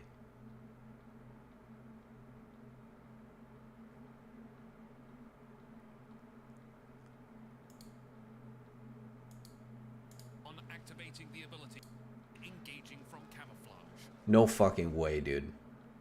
Prepare yourself for Operation Scorpion. Upon activating the ability, all vehicles will gain camouflage, reducing their speed. When a vehicle is revealed, its rate of fire will increase for a short duration, allowing you to choose your targets carefully before pummeling them into submission. In addition to this, vehicles lost during Operation Scorpion will have a portion of their cost refunded. Okay, Eastalk, stop fucking trolling me, bro. Jeez. You scare the shit out of me, man. Oh my gosh. Okay, back here. Alright, yeah, you're trolling me. It's okay. It's okay. So yeah, I don't know. I have mixed feelings about this. Maybe this will be like maybe this will be big in team games. But to me, this seems to be the most attractive option. If I'm trying to play this battle group, I'm looking at this a lot. Combined with Plunder, dude. These two things together are going to make DAC Infantry so fucking good. So good. So maybe we'll see some heavier DAC Infantry compositions.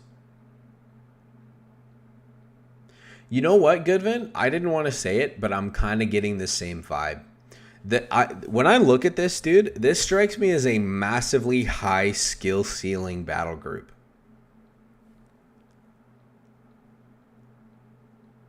Yeah. Which honestly doesn't surprise me too much, considering that this is the brainchild of Miguel, who is like a really excellent player. Yeah.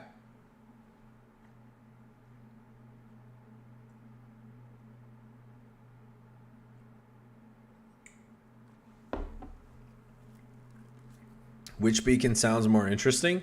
This one. This one gives you permanent map hacks in the area that it's placed. And it allows you to cloak your units. So this one like seems like it could be situationally good depending on what map you're on. So for example, if you're supposed to plant this in the territory that you're like, I don't know if you're stealing the resources or blocking them or what. But if you put it on like a map like Twin Beaches as an example, right? And you just like tuck this thing into one of those corners on the southern plus 10 fuel points or the northern plus 16, this could actually be pretty good. But I feel like on maps like Pacino or like Tunis, with the points are relatively small, and Villa, the points are relatively small, these are going to be too easy to find and destroy. And assuming that you have to pay for them, I assume you do. If you have to pay for these, then it's just going to be a lot of wasted resources. And, you know, you're going to keep your opponent busy for like an extra 15 seconds on whatever point you've placed this, right? So this beacon seems way more interesting to me. The fact that it's a combination between what am I trying? What am I trying to say? This is a combination of intel and cloaking in one beacon. So this to me appears to be way better between these two options right now. I can see transfer depots being probably more prominent in team games, but to me, again, especially with me being more interested in the ambush training, I feel like plunder is going to be great. Like, dude, imagine you lose a 250 in the early game, right? Or you lose a bike, and maybe your opponent doesn't have a light vehicle out yet, right? The fact that you could salvage a weapon from it for free, you don't have to pay munitions for it. That means that, you know, Funky Boy over here can be planting more mines. He can be planting teller mines. He could build a Goliath with the munitions that you're not spending on weapons to keep your infantry competitive. And they're already going to be good because they all have this ambush bonus, right?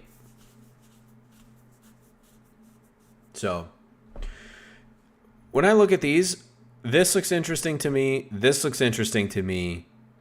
If I had to, like, you know, think about like my average game, I'm thinking like these two things, probably these two. I don't. These seem like bigger, more useful abilities for team games. Depending on how many munitions these are, I don't know how much I'm going to use them. Also, maybe this Firestorm thing is to counter like the British emplacements. That would make a lot of sense. So maybe that's what this is. And this seems kind of situational. This seems like something that would be more useful in team games. Because it's like maybe you're trying to like set up for an attack on an area and you want to make it difficult for the defenders. Like you just kind of drop this on top of it before attacking. That can make it really good. Yeah, and then this seems to be like a, I don't know, flame artillery or whatever it was. In place was weird because they already have the tow and 70-pounder. Yeah, somebody pointed out that the buildable one's going to be better because you don't have to deal with the towable bullshit. Also, they did reduce the damage of Nebelwerfers to emplacements last patch. Right?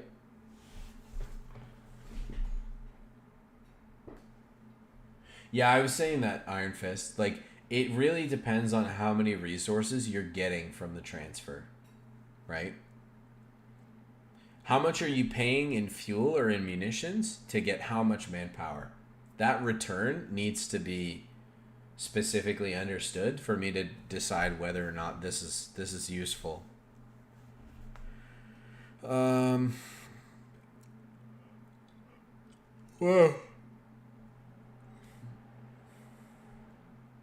Okay, let's go back and look at the British one again for a second here and compare these.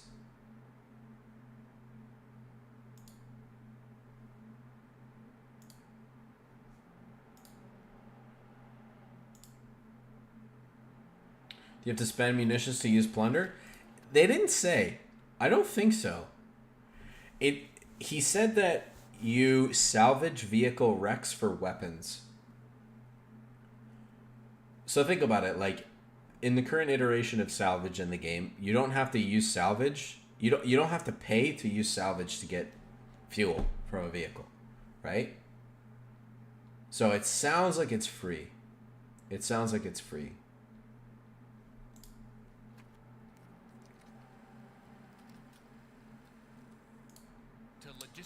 All right. So here we have protect the president. Okay. Artillery flare for your points. Reinforced resource cache. It looks like, what does this give more manpower? What the fuck is this? What is this icon? I don't know what that means. Creeping barrage, which is like a line artillery ability where it fires from point A to B. The Archer, which is just a mobile 17-pounder. This thing's gonna be fucking terrifying. They also said that it moves faster in reverse than forward, which means that it's going to be hard to chase, which sounds really frustrating. These guys seem cool. They build defenses, and they build the Sangar Wall, is it called? Where is it? This thing. Look at this, dude. So this is like a sandbag wall with wire on the other side of it. That's pretty cool. I think new players are going to like this a lot because a lot of the new players don't really have the wherewithal to build sandbags and then put wire on the other side. So the fact that this kind of does this for you, it also looks neat too, right? Like this guy's kind of like made himself like a little bunker looking thing out of these two put together. So these guys can build those, it sounds like. And it also sounds like they are basically just like, I don't know if they're better than sections or the same. I don't know. Matilda's fronting for archers. That's what it's going to be, man. That's what it's going to be. It's going to be Matildas and archers. Terrifying. Where are we? Over repair. This sounds kind of broken. I don't know exactly what this means, but it seems like it means that you're getting extra health on your vehicles, if I had to guess. Like, what was it? War speed in COHPE3, emergency war speed. You could give your vehicles like a speed bonus by repairing them out at full health. Maybe this is like a little bit of extra health, or it's a speed bonus. I don't know. It's not really clear based on what I'm looking at. I would think because it's called over repair, it means bonus health, right? Someone pointed out, yeah, we can rewatch it. I'll let it play through.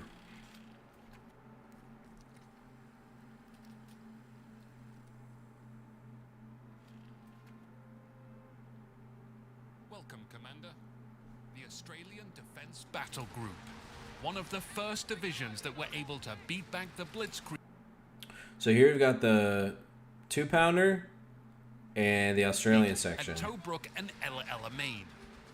This battle group specializes in creating a defensive frontline position with logistical support at the rear to create a strong I was wondering what map this was. This is Semwa. economy.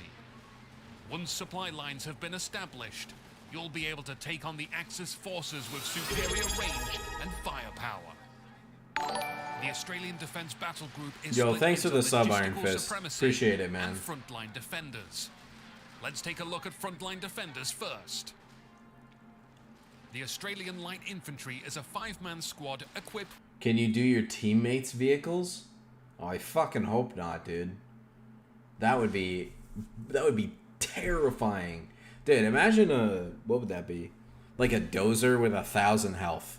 Or like, I don't know, Giga Hellcats with like, God knows how much HP. That would really break the team game dynamic. If you had one person with over repair and they just built like a couple extra sappers and was like topping up everybody's vehicles, that would be way too strong, dude. That'd be way too strong. I really hope that you can't do that.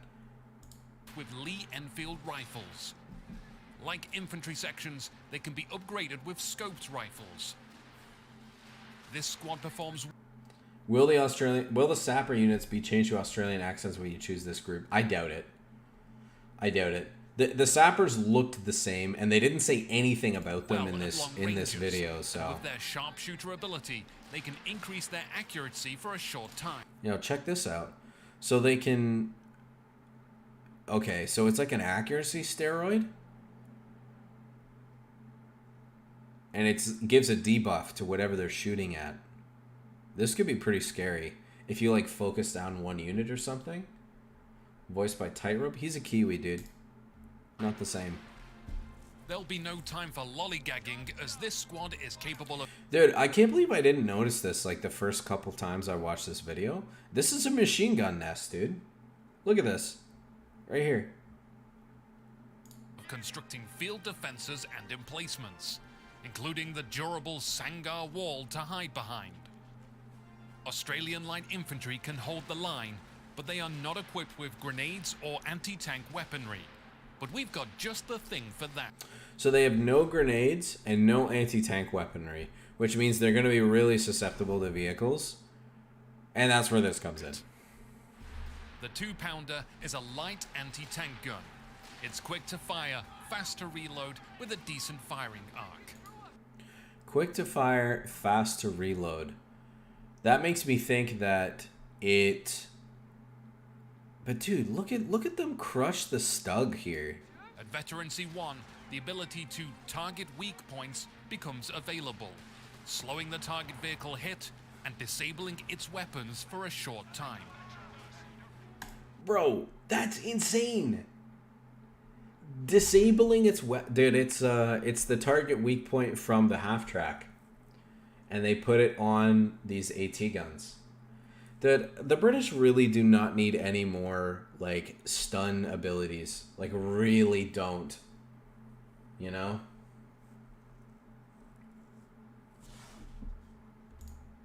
Defensive Tactics grants your sappers and Australian light infantry the tools needed to build the 17-pounder and Bofors emplacements.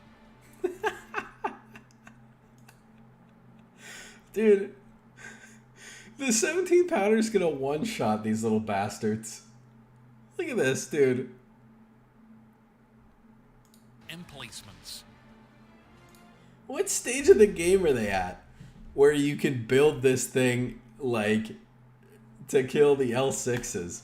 The emplacement for the 17-pounder. That actually is a little concerning to me, dude. Look at this. Look. So, this is probably either a 0 CP or a 1 CP unit, if I had to guess. Right? This is probably also very low CP cost, because it's a light AT gun. So you'd want it to come out between like 2 and 3 CP, maybe, right? Who knows what these are? I have no freaking idea what these are supposed to be.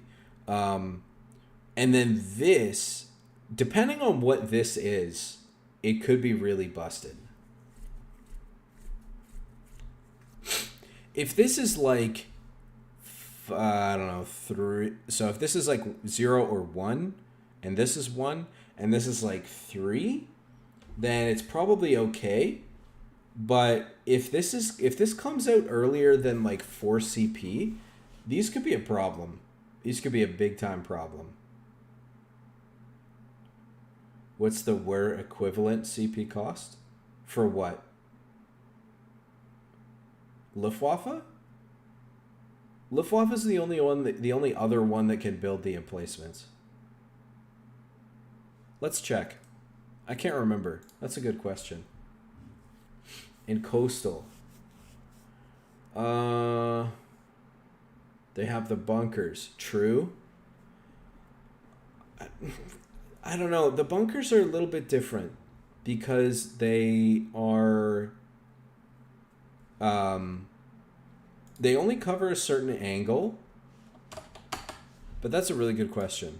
Let's see. I think it might be 2 CP. What the fuck is going on here?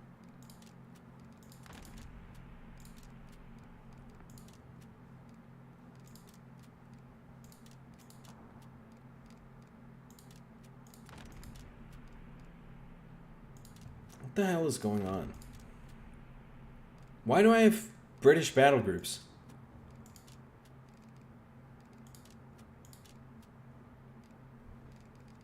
Dude.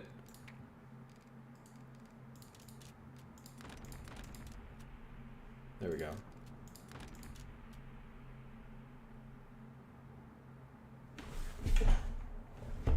What is happening here? Okay, I guess I'm restarting. Fuck me, dude. Relic? What? Great video game, Relic! Great video game! Woohoo! I'm restarting. Great video game, Relic! Oh, hey, Miguel. Great video game! Woohoo! Oh, yeah. That's the good stuff right there. Have you ever seen that before? I've never seen that before.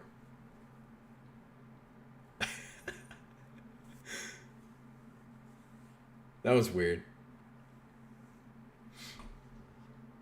Great video game, Relic! Great video game! Woohoo! I really gotta get rid of that redeem, dude. It's become too much of a meme. Dude, what is going on here? Okay, there we go. What the hell was that, dude? No, I'm not gonna try it. Alright, where are we? Crikeys. Okay, let's see. Let's see.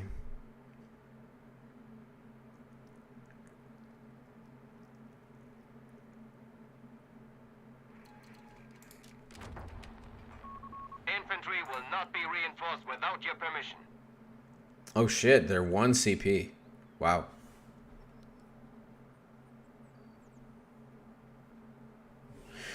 The thing is, though, the difference between these and the emplacements is the emplacements can rotate 360 degrees, right?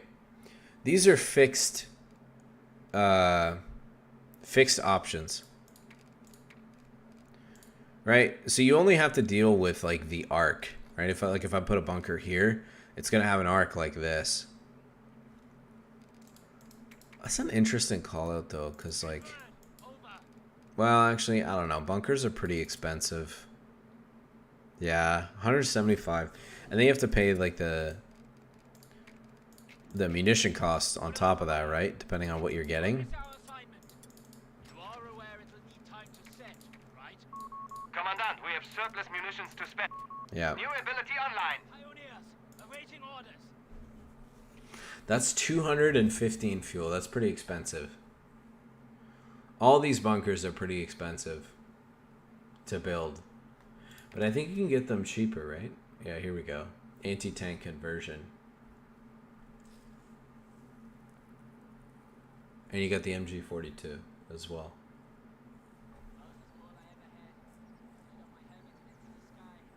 So yeah, it's probably fair to assume it's like 3 CP, right? This is probably 1 or 0. This is probably 1 or 2. Well, wait. If this is 1, then this is probably 1. If this is 0, then this might be 2. Because you want it to come out around light vehicle timing, which is like 2 CP. And if I think about the other battle groups, like the 8 Rad from Mechanized comes out at 3 CP. The mediums from the British come out at 5. The Werble Colin comes out at 5, I think, or 4. One of those two. Actually, we can check. We can check. Oh, shit. Can I like deselect my battle group and try again? No. Okay. I think this is 5. I'm pretty sure this is 5.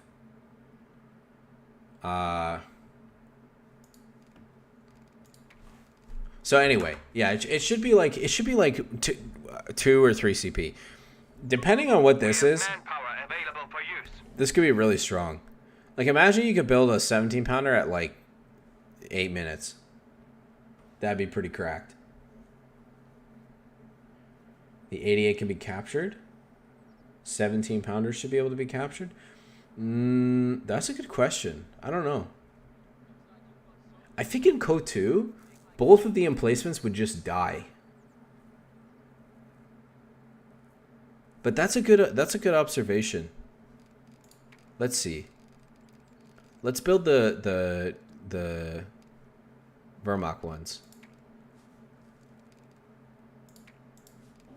You need us? Weapon ready. On standby. Listen up, Max. Orders. Okay. We use like a mortar of some kind. Yo, there's mortar bunkers? Indirect fire team. Yo, that's super cool. I'm actually a little surprised that this can't shoot this. Oh, maybe it could if it was closer.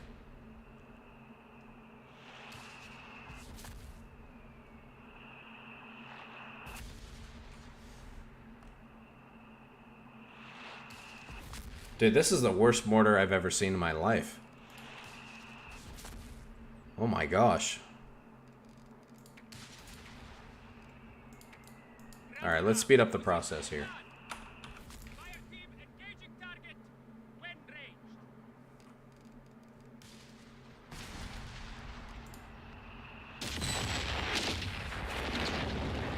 It really doesn't do that much damage.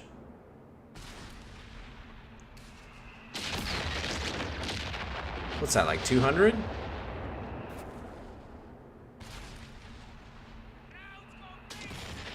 How about the LEFH? Look, it's so little. The little baby artillery piece. We're attacking that target.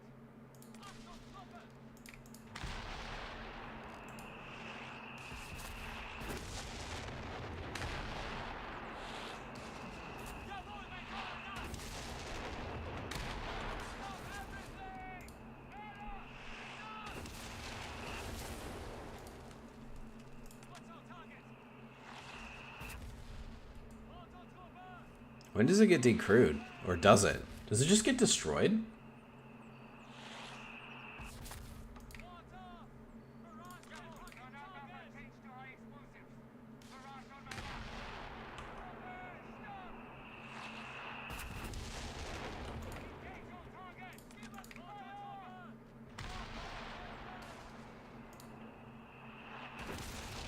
Oh. Oh. I see. I see. Okay, good call out. Okay, so I would imagine the same rules are going to apply for the British versions. The same rules are probably going to apply for the British versions. You'll probably be able to capture them, which is pretty cool. And then hold the line looks like brace, but paid. You pay for it, and it comes with a heal. And does it make them better? I can't remember what he said. Back to add the resources to yours against infantry and light armor. Emplacements, team weapons, bolsters the defense of your emplacements, team weapons, and base buildings. It bolsters the defenses. So it doesn't seem to do anything to combat performance, which is probably fine. It sounds like a brace, a version of brace that you have to pay for, but the difference is brace was free and it was on a short cooldown. And in this game, it's a paid ability, but there's also a heal that goes on top of it. And your units can continue to fire throughout the duration of the ability, which is fine. I think that's okay. This reduces the incoming damage as well as a small heal over time. Find yourself under heavy artillery fire? Then hold the line. The over-repair ability allows your sappers to repair vehicles past their maximum health values. Enough to potentially shrug off an extra shell from a medium tank. Enough to potentially shrug off an extra shell from a medium tank. That sounds pretty beefy. So that could be like 100 health, potentially.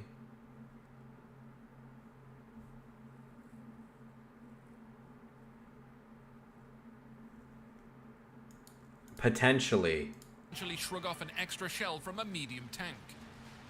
That can be enough to get your tank to safety for another round of repairs, and then back into action for another tour of combat. Damn, dude. Imagine, wait, so what would that make the Humber? 360 HP? Dude, imagine a fleet of just like 360 HP Humbers. Could run over like anything with that. 8 rads. Whatever you're up against. Crikeys.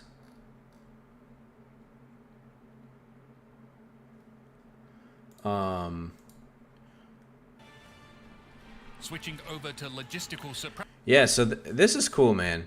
I'm not gonna lie. I think this is really neat. This truck.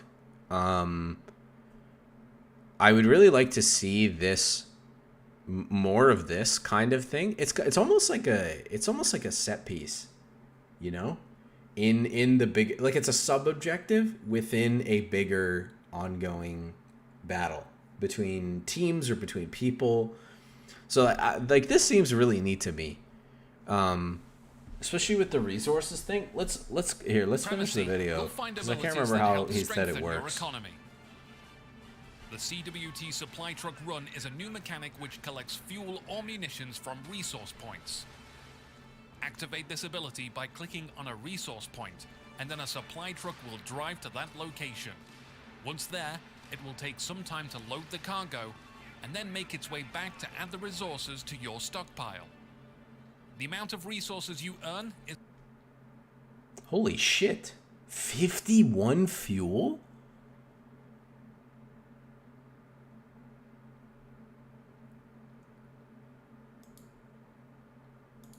and then make its way back to add the resources to your stockpile. It will take some time to load the cargo. What map is this? Does anybody know what this is? I don't recognize this map. It looks like a team game map. Depends on distance? And then make its way back to add the resources to your stockpile. The amount of resources you earn is based on the distance between the sector control point and the headquarters. The further you go... Oh, it looked like this map, actually. Whatever this is. I actually don't know. So where was that? Was that from like here to here? No. Maybe here to here. This makes more sense. The more you get, and the more dangerous it will be. The enemy will be alerted to the presence of your supply truck, so defend it at all cost. If the enemy destroys it whilst it's carrying supplies, they'll steal... That's so fucking cool, man. So, if you kill the president while he's carrying the goodies, then you get the goodies. I love that, dude. That's fantastic. What a genius. What an absolutely brilliant design. I love that. Honest, like, this by itself is like... It just makes the battle great. I mean, obviously, all the other stuff is very cool. But, like, this is brand new. This is something we've never seen in the multiplayer side of Company of Heroes before. You know, how many convoy... either convoy escort or convoy interruption missions have we had in the single player experience, and now we have an iteration of that in multiplayer. That is super fucking cool, man. That is so cool. Reinforced resource caches provides cheaper and sturdier caches. Cheaper and sturdier. Okay, so they're just like, maybe they're beefier, maybe they have armor or whatever, so they don't die to small arms or flamethrowers. That could be good, especially with this battle group. That could be very good. Perfect for locations where you are already focusing a strong defense. A new construction option becomes available with artillery tripwire flares. These can be planted near sector control points for a small amount of munitions. When the enemy... What's a small amount of munitions? Food for thought. ...trips the wire, a flare will reveal the surrounding area, and a single artillery shell will strike, letting them know these are our resources. That did pretty good damage to the PG. I just don't see how a mine here would not be better. Like, if I have a mine here, I'm killing these 3 guys, probably. You know? So unless it's cheaper than a mine, I don't really see how this would be good. Although you do get the flare, which gives you like a vision of the area around it, which is pretty good. Surrounding area, and a single artillery shell will strike, letting them know these are our resources. Charged creeping barrage designates a line of shell fire from point A to B. This type of barrage was often used as a shield for advancing infantry, but it works great against any established enemy frontline positions. You'll need your supply routes in check, because this will cost you a heavy amount of munitions. Wow. The Archer Tank Destroyer has arrived. Has arrived, yeah, because everybody's been waiting for it forever.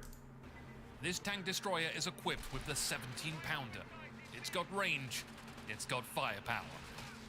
I love these like setups that they do to showcase the units.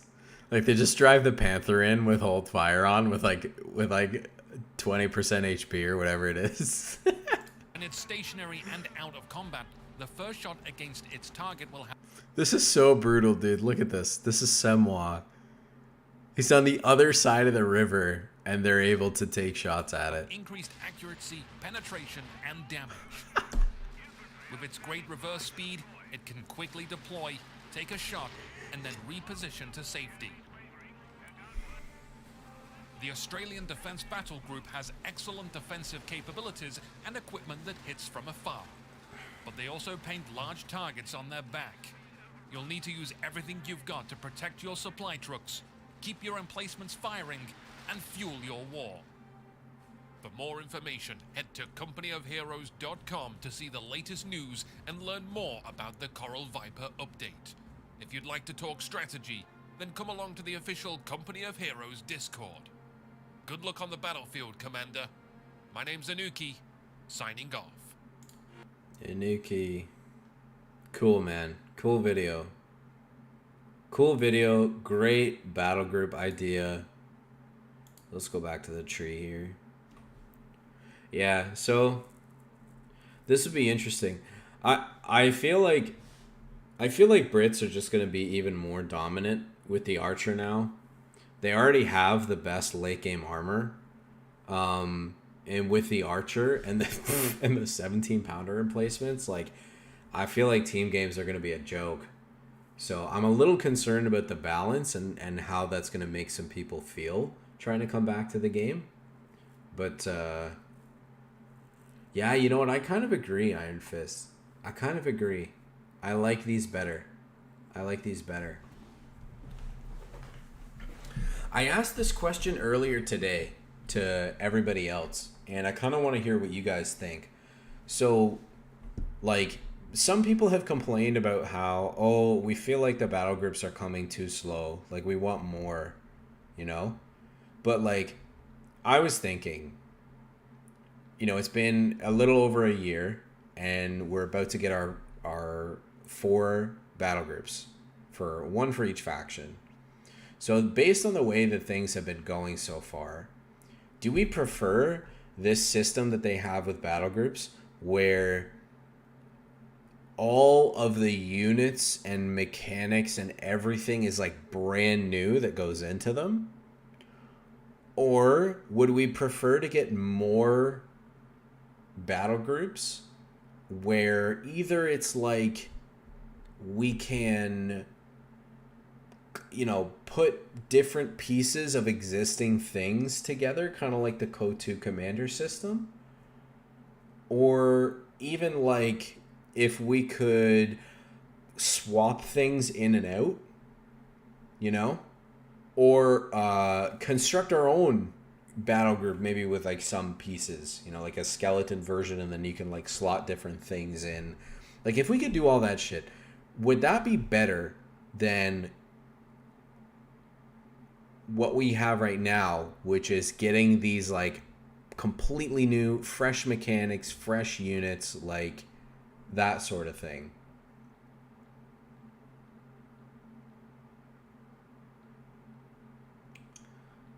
Has less overlap. Yeah, definitely. It definitely does.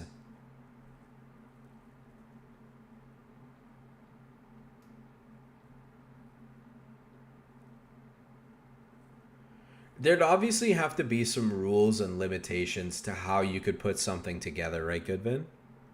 But what I'm trying to get at is like the principle of like, is it better to have more battle groups being released where they are kind of rehashes of existing things?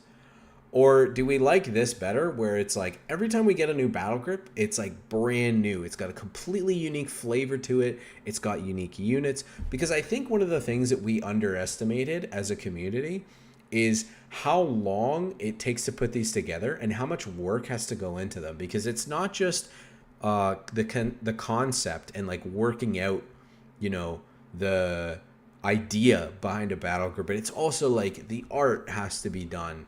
Maybe there's voice work that has to be done, sound design, the code of the game has to be changed. You know, you've got like units with specific interactions, and like when they were talking about the archer, you know, it has a faster reverse speed than a forward speed. I don't think there's any other unit in the game that does that right now, right? Yeah, yeah.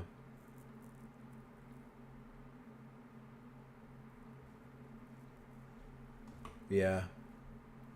The more innovative it is, the better. That's a good point, Goodvin. That's a good point. I understand where you're coming from too, though, Funk. Where it's like you like something, but it's not exactly to your taste. And if you have another version of it that kind of is, then you have that as an option. I love the idea of like if you could have this, but like there are certain pieces that you could swap with other things.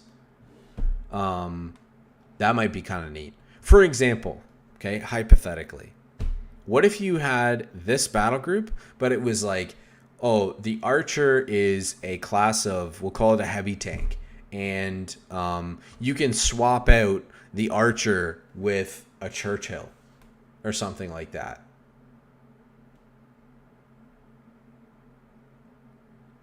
Apply the archer reverse mechanism to the martyr. I think though, Iron Fist, the reason it's like that is because of the history and the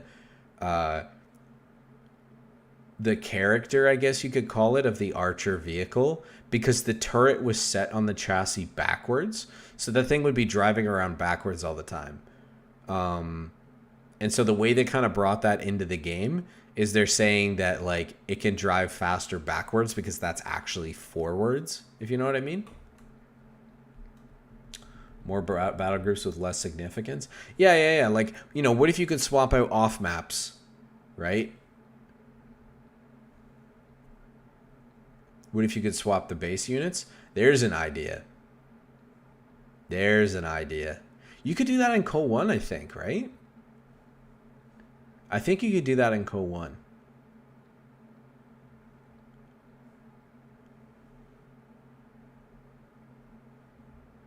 That's okay, Goodvin. They already did that.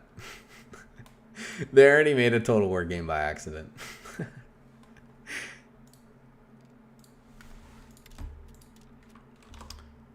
Is anybody playing right now? Like, if I try to queue up, could I get a game? Let's see.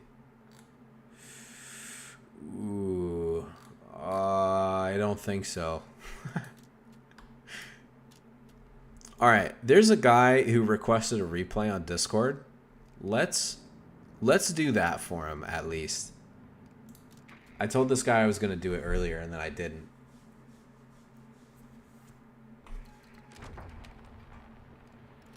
I think he was the British guy.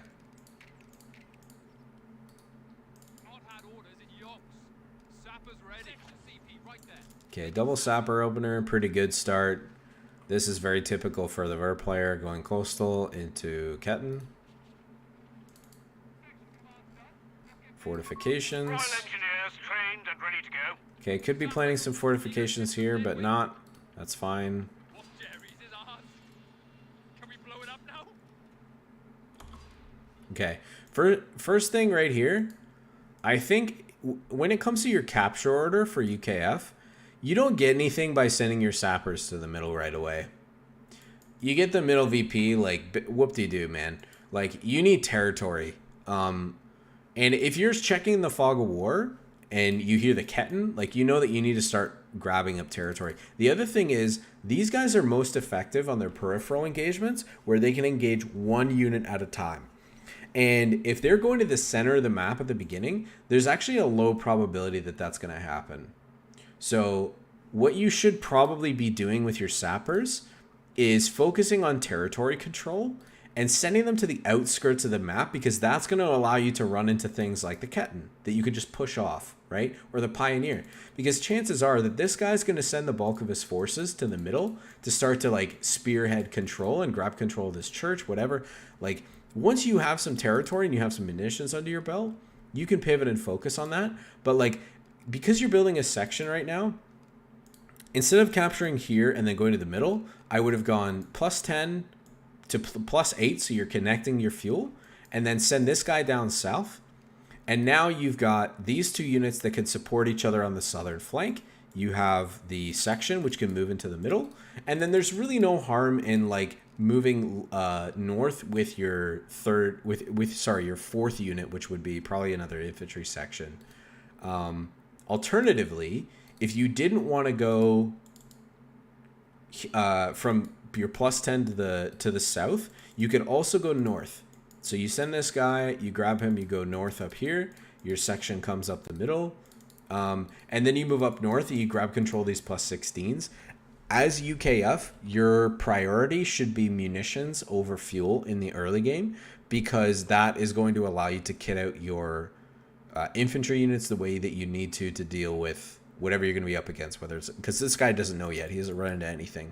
So he doesn't know if it's going to be coastal. He doesn't know if it's going to be mech or air or Luftwaffe or whatever. So you're much better off having a nice stockpile of munitions so you can outfit your infantry appropriately, and plant mines also for the Ketten. If you're not going to go dingo, you need to be laying mines on your peripheral points. Otherwise, this guy's just going to come up and harass them constantly.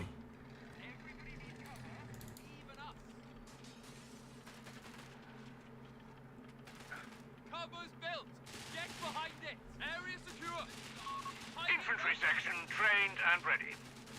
Yeah, we're not really getting anything from this engagement here. We need to be taking territory. Look at the difference in map control right now, right? He's losing this engagement, but only by a little bit. And it's not really costing him anything. And look at how much map control he's gathering in return, right? That needs to be your focus with UKF at the beginning. If you can avoid these early engagements in the favor of getting more map control, then you're laughing. You need to build up a force with UKF before you start being aggressive.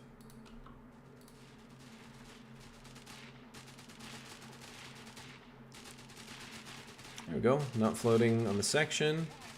But yeah, if you look at the units on the field right now, like, you're not going to win. You need to play defensively.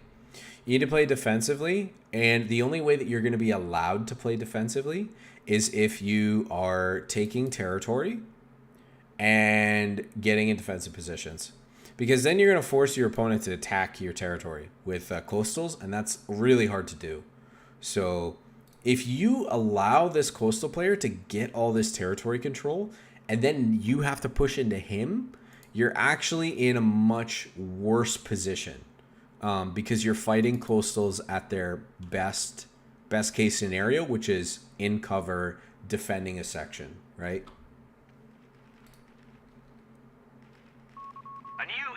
So you're already off to a very difficult start, because look at the difference in the map right here.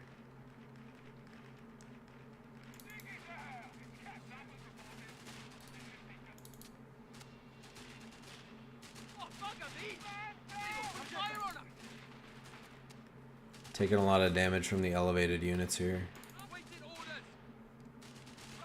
This is an okay chase. This isn't good though. Having your fuel cut off like that. Oh, you're still connected, thankfully, because you got this.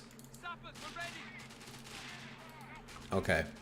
So we built a mortar here, but I think if you're gonna go mortar, you are like 20% of a CP off of being eligible for the Indian Artillery Polston plus heavy mortar.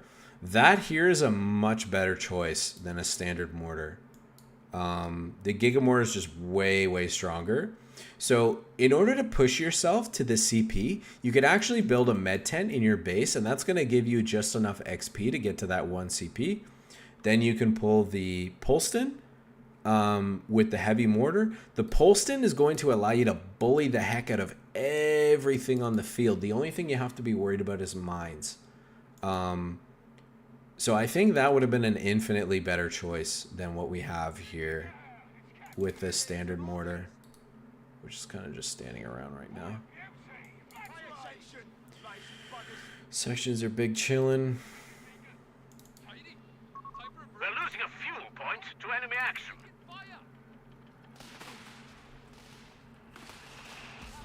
Okay, good section positioning.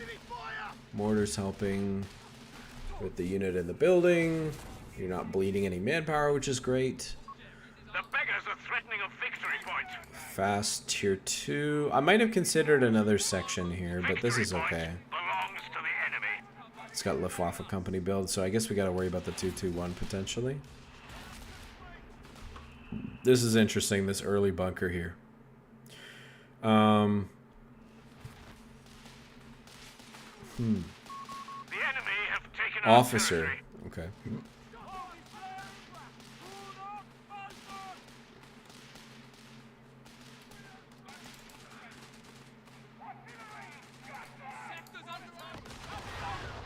Oh shit. Sector lost, Commander. Oh, that's rough. Okay. Take a couple barrage from that officer coming. That's pretty nasty. Do you have the Humber on the way? So that could be good. We're losing a victory point to enemy Potentially good window of opportunity here. We definitely need heals. armored car ready for victory I think point you have lost. enough to build them at this The point. enemy has control. Yep, perfect. Victory point under enemy control. Good. Humber's gonna be a good bully. It's all this stuff. Damnation! The sector's in enemy hands. Awaited instructions, sir. Need more field presence though. We don't have enough units. Humber's not gonna do anything to this. You need to be running around bullying the infantry. Yeah, see, like, this guy can't be allowed to decap without getting attacked by this guy. That's okay, though. You responded eventually. Just a little bit quicker would have been good. Boys rifle. Okay, so Rifles are being brought up to the front. what's happening here right now is you are really focused on this medical bunker. But based on what you have right now, you don't really have the tools to decisively destroy this. So that actually means that what we're doing here is we're playing into his hand, because he's going to get free reinforcements every minute or so on his coastals from this bunker, and access to healing. And he's getting the defensive bonus from being near a bunker on these coastal squads. He also has the artillery officer, which is going to be able to deter you from sitting in buildings and plinking away with this with like the boys rifle or something. So what we should be thinking about here is, until I have the tools to dismantle this bunker quickly, I need to be playing away from the bunker. Because if I'm playing into the bunker, he's getting maximum value out of it all the time. But if I'm pulling him away, if I'm capturing territory in the outskirts here, if I'm grabbing this stuff, like, he needs to come out, he needs to attack me with coastal squads. You never want to do that with coastals. They're so crappy when they're out in the open. So I think trying to encourage your opponent to get away from the bunker would have been a much better play until you have the decisive tools that you need to engage this and destroy it quickly. We're losing a munitions point to enemy action. Another Jaeger. Kind of surprised not to see a tier 2.5 out of this guy yet. Sector overrun. We're letting these plus 16s sit in his control for far too long. As UKF, we need control of the munitions.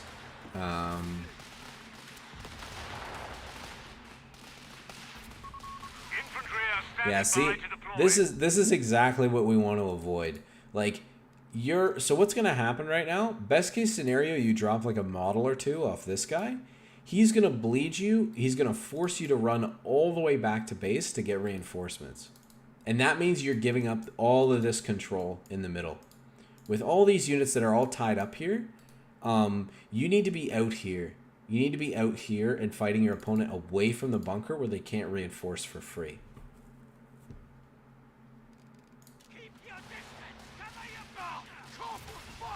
Yeah, this just isn't worth it at all. That's funny, the Jaeger hit the bunker. Twice!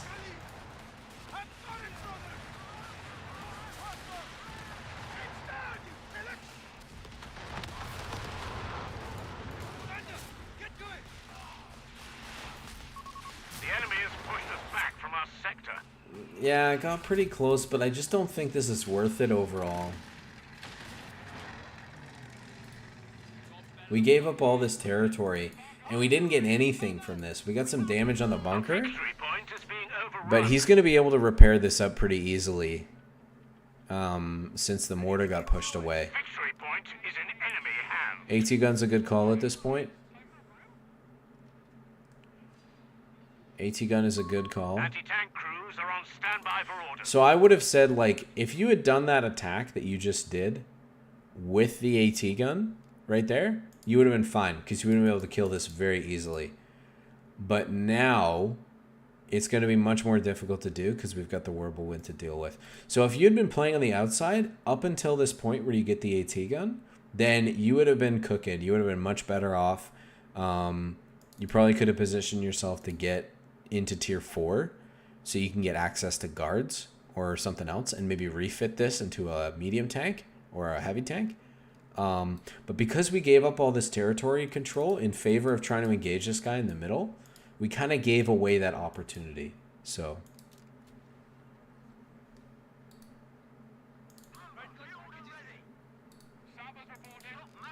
Bren gun's good. Tommy guns would have been a good choice too here.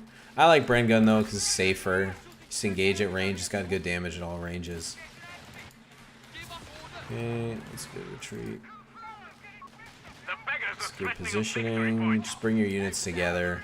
You know, keep everything on the front line. Oh, we're in danger. Oh. Okay, based on the resources I have right now, I would be considering getting AT grenades. If you don't have them, do you have them? Yeah, so I would get the AT grenades because if you don't, it can be pretty scary and you can get pushed down by these guys really easily. Nobody really expects AT grenades when you're playing UKF, but they're really, really useful and surprising typically to your opponent, and often allows you to score kills that you might not otherwise be able to. We need to go tier 4 here though, like ASAP. Oh, we lost the Humber. That sucks. Big blob. We need to retreat these.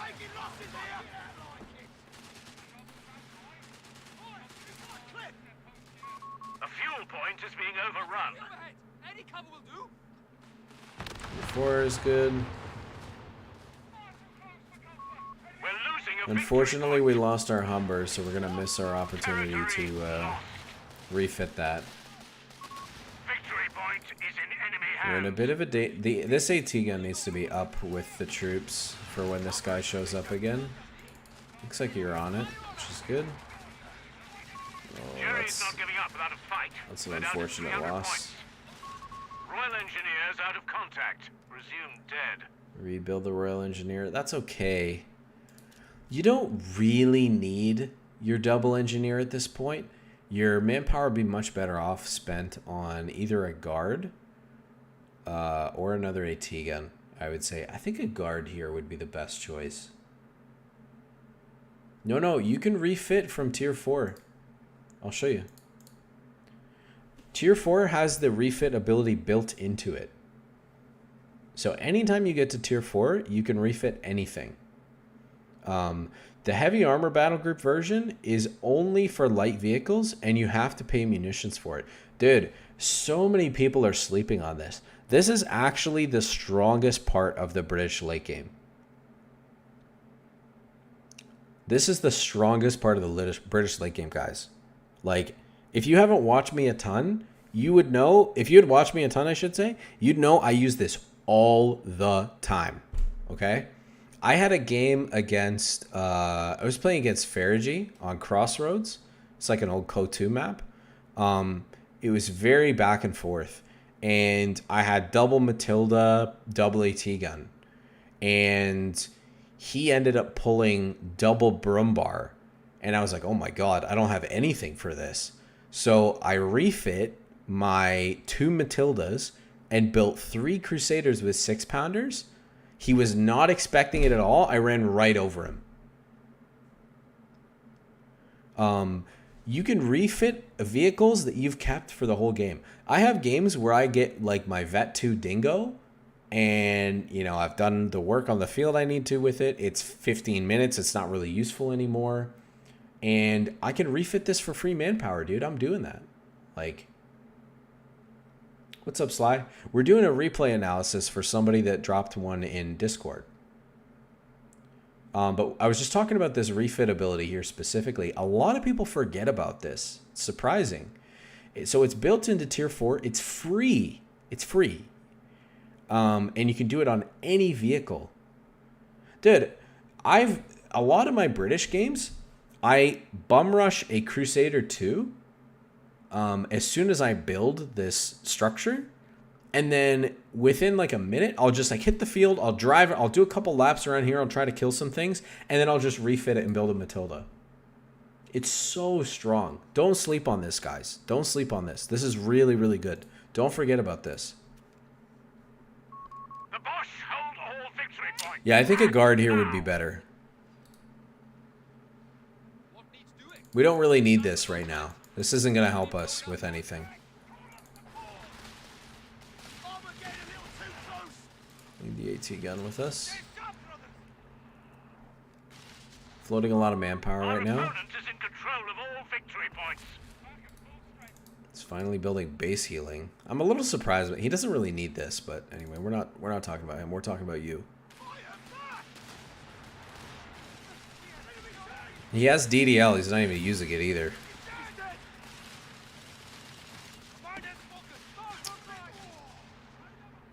Yeah, so see, this is a problem. This is a big problem.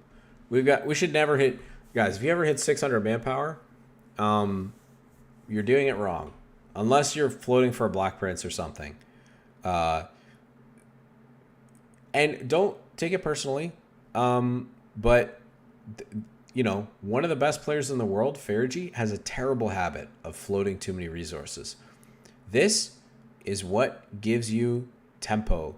Building units when you can afford them is what gives you tempo, is what gives you advantages over your opponent, is what allows you to close games out more quickly.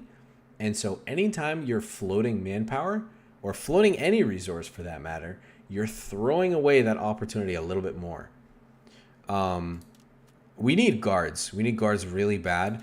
Guards would be excellent for this middle section. We can play with the bazookas around the buildings, and we can deter this this whirlwind, especially with infantry training. Once we get infantry training, we can stun this thing in front of an AT gun and kill it really easily. Look at this guy. He's got a cache. So much disrespect right now.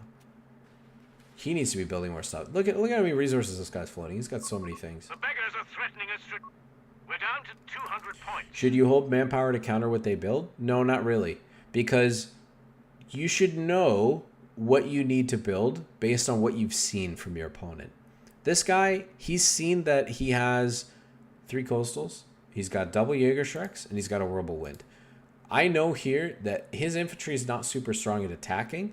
They don't do a ton of damage. He's going to lean really heavily on the Whirlwind to do the heavy lifting when it comes to the infantry engagements.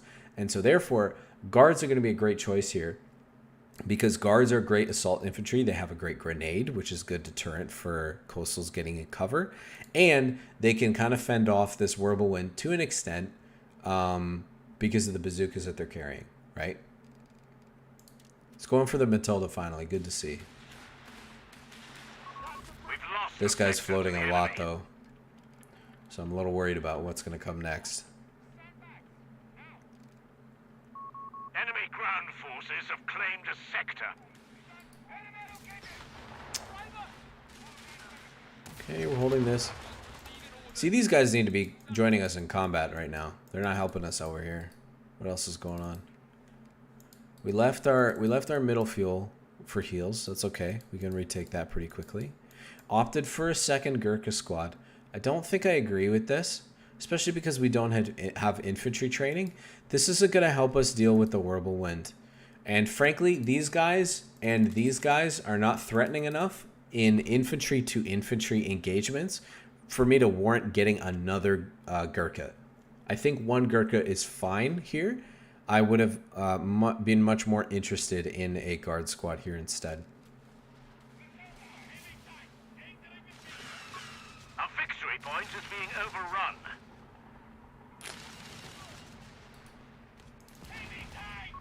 The enemy has our victory point now. Nice, good damage from the Matilda.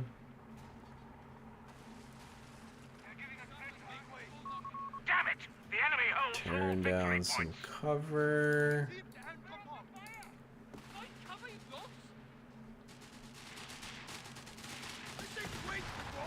Good. I was just going to say, anytime you see a unit like this that's way overextended, do your best to maximize the opportunity to try and score a wipe.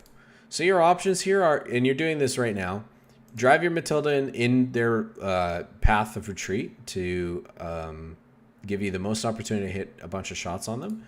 And then the other thing you can consider is using a grenade assault on the retreat path. You know that they're going to run straight through here in order to get back to base.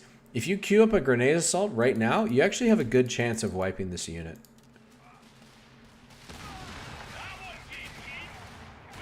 Oh my gosh, it looks like you're going to get it anyway. Oh. Wow, that's great. That's a good pickup. There you go. Good use of smoke. Buckle up, gents. We're down Yep, to no 100 need to push points. in there too much. Gurkha rifle section ready and waiting. Third Gurkha. No, I don't think so. Guards, man. Guards would have been great here. We've got 75 points remaining. If we had gone guards with infantry training, we'd be in a different game. But dude, you're in a good spot to outscale this guy. He's been really slow on his teching. He doesn't have any other vehicles. He only built the one Warble. You had a huge window of opportunity, but unfortunately, because the territory control was a little bit lackluster in the early game and then right now, you're just a bit too far behind.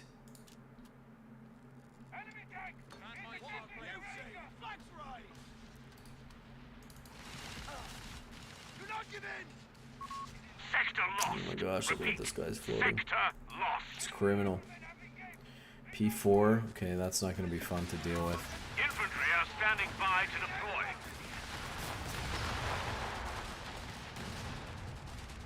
Shrek Blob. It's kind of annoying. We need to be getting this territory though.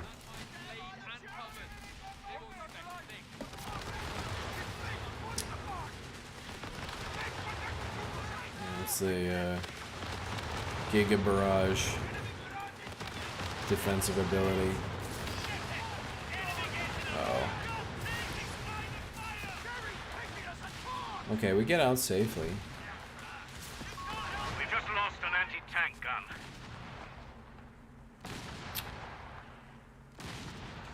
You don't need to kill this here. I understand the concern of giving it away, but you're not really worried about giving this away. That's okay though.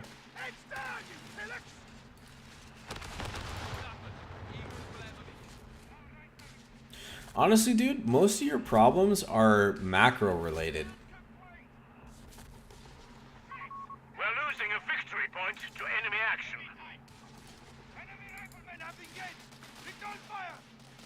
Dude, you should just W key into these guys. Don't let them stand there in the cover. Victory point lost. Oh, we're too close. Enemy has control. We've lost contact with our sappers. A sector is in enemy control. Enemy Nice. Good officer kill. Send word. We got lots of resources right now. Could be building a... We will be able to requisition Grant tanks. Good call. Grant, we like that. Yep, Grant would be great here.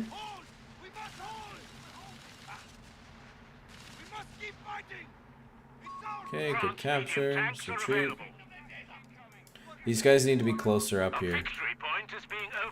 So, anytime you're dealing with an opponent in...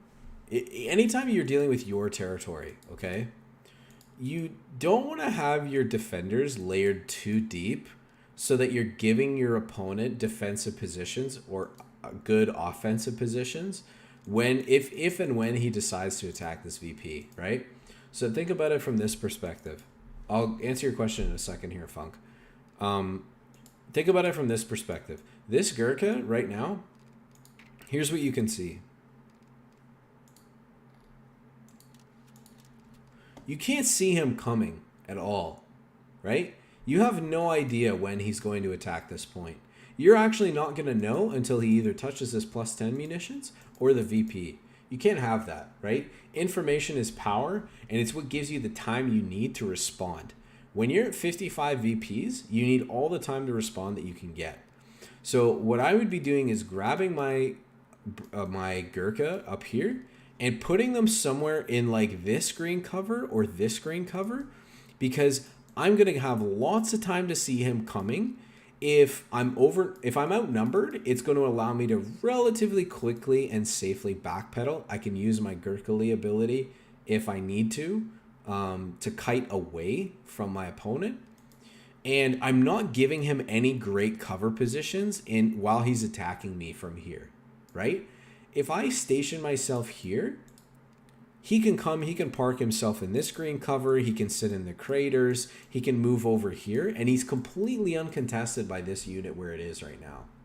So I need to move further up. I need to get information about where he is. I can still play defensively, but I need the information. I need to know when he's coming so that when I see him, you know, I can respond by bringing up my Matilda or moving my infantry over, whatever the case is, right? So just a small note I wanted to touch on there. And the kind of thing you need to think about, like the old, what's Miguel's old saying? ABP, always be pushing, right? Not always like the best thing to be doing in this context here, but like when we're down to 55 VPs and we absolutely need one to be our anchor. That's going to be this one here, I think, based on how the map is laid out right now. We need to make sure that our defenders are giving us lots of time to see our opponent coming. Because look, he's going to respond. He's going to start walking down here. And you're not going to see him for a while because of where you're positioned right now. Okay, we're moving up. That's good. The Beach is firing at the... A small thing, just make sure that you're facing your frontal armor towards the Shrek. It's relatively easy to force the Jaegers to shoot at your front armor with a tank because they're infantry, right? Vehicles are harder, but infantry should be relatively easy to make sure that our frontal armor is facing. Much higher chance of deflection. This freaking Obiche shooting at this thing is terrifying.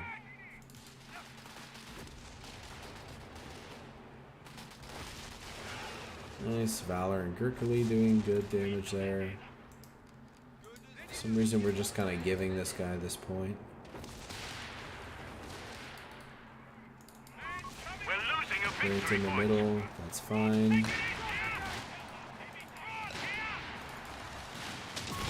Victory point under enemy control. Oh, brother. Yep. Obiche is terrifying. Retreat that. Oh my gosh. The squad's gone.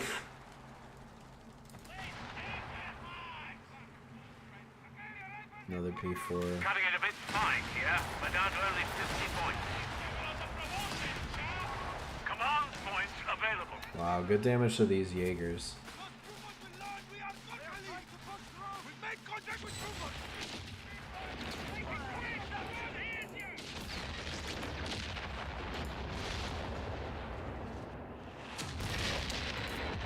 Down is terrifying.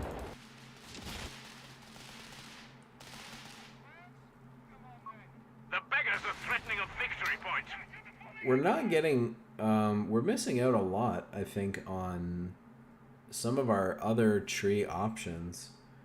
The saturation fire could have been good for the mortar to have. You could have been using the off map from the airburst ability. So we're missing out a lot by sitting on 9 CPs here. Yeah, no training. That is a big gap. If you're gonna go this heavy on infantry training is gonna make such a difference because it's gonna give you veterancy, but it also gives you accuracy, reload speed, received accuracy. So your infantry is gonna be like pushed up to level 11, especially these Gurkhas.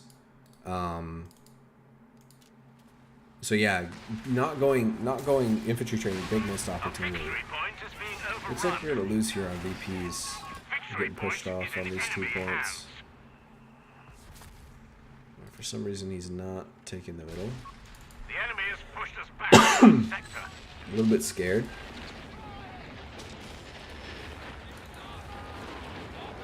I think it's hilarious he's still shooting the Obiche at this mortar.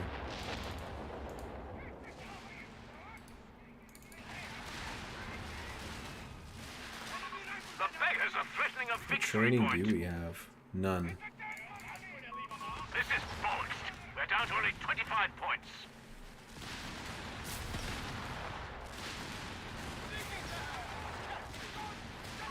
Territory sector lost, Commander.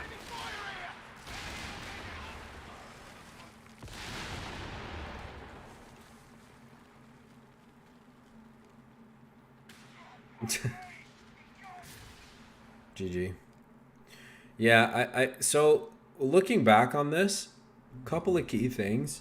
One, I think your early game capture order wasn't great. Your early game priority as UKF needs to be capturing territory. And you want to be moving your sappers to the peripheral of the map because that's where you're going to start engaging the pioneers, the Kettenkrad, and have an ability to plant mines. And just have your sections anchor the middle. You don't need to do any pushing. You don't need to be overly aggressive. You need to get control of your territory and force him to come into you. Bit of a macro error, I think. When you decided to go for the mortar, you were actually very close to the Polston plus heavy mortar combination. If you had the Polston and the heavy mortar, you could have ended the game right there. The heavy mortar would have deleted that early bunker that he built off the map, and the Polston had nothing to contest it out of the coastals that he had built. The only thing you had to be worried about was the mine. So if you had done either of those two things, I think you would have been pretty well. Later in the game, I think going for the second and the third Gurkha was probably not the great choice here. You weren't really struggling that much in your infantry engagements. What you lacked was offensive power and something to deal with the Whirlwind. So guards would have been a much better choice. You could have contested that center area. You could have put down some fire on that bunker that he built. And you could have used the Gammon Bomb to deter any kind of like defensive behavior or, green cover camping from his units. So those two things would have made a huge difference. Also, lack of training on the infantry also, I think, really hurt you in the long run. If you had gone infantry training earlier on, you would have dominated some of those earlier game engagements and got more map control and got to your heavy tanks sooner. And not got pushed down to like 50 VPs. So, dude, I'm happy to do it. You guys just go on my Discord, drop a replay in there, man. I'm happy to do this for you guys. Just to level with you guys, I basically can't play the game right now because the player count is not the player count's that bad, but like there's nobody at my level that's playing. So, if I can't play the game, I'm happy to like analyze replays. That's still fun for me.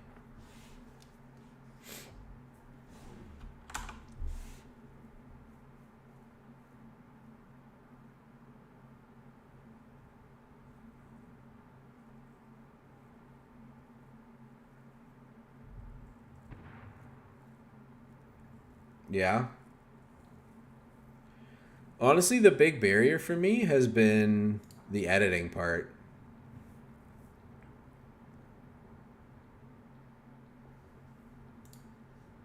Yeah, I got you.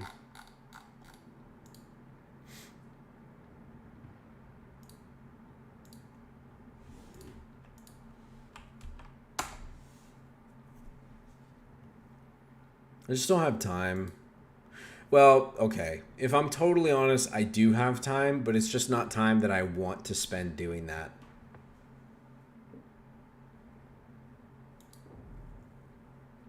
I'd much rather you guys come here and watch me do it live.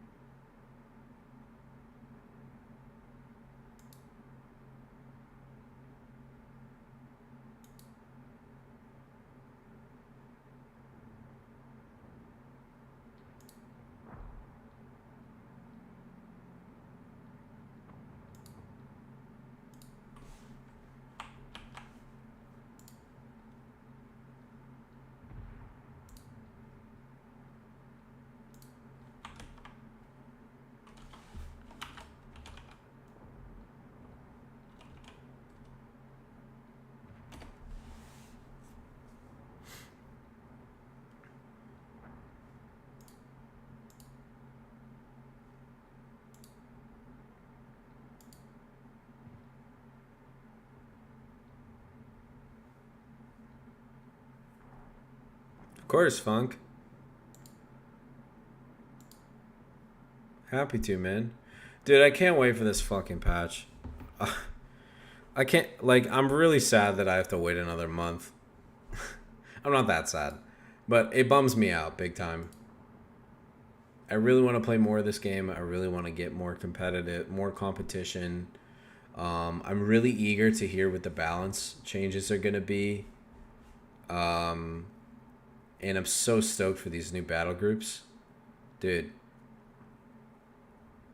This next month is going to be, it's going to be so slow for playing games.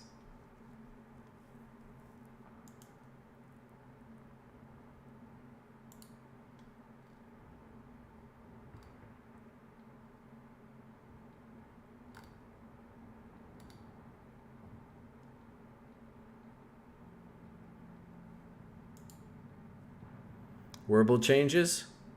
Maybe. It could definitely use them. Could definitely use some changes.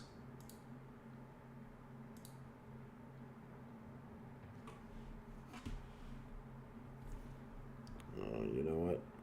I have to go to bed soon. Got a lot going on tomorrow.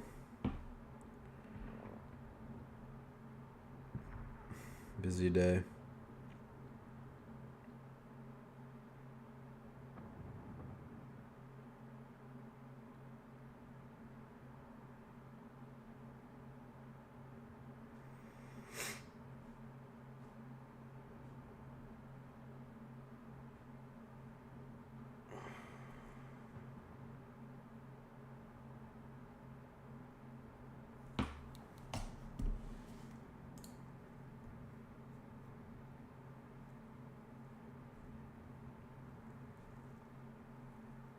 Thanks, dude. Buff Grens. Dude, if they don't buff Grens, I don't know what I'm gonna do. I'm retiring. If they don't go, if they don't buff Grens, I'm retiring, dude.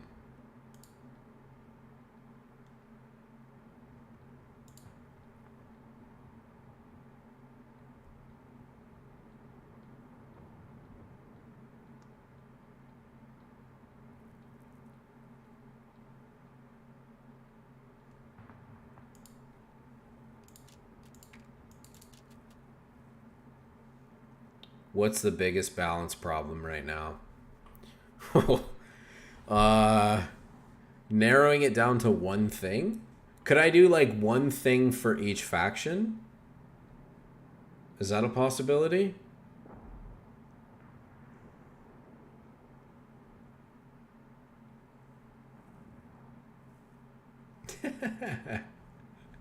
Well, I'm trying to answer your question in the spirit that it was asked, right? So here, let's get some context first, okay?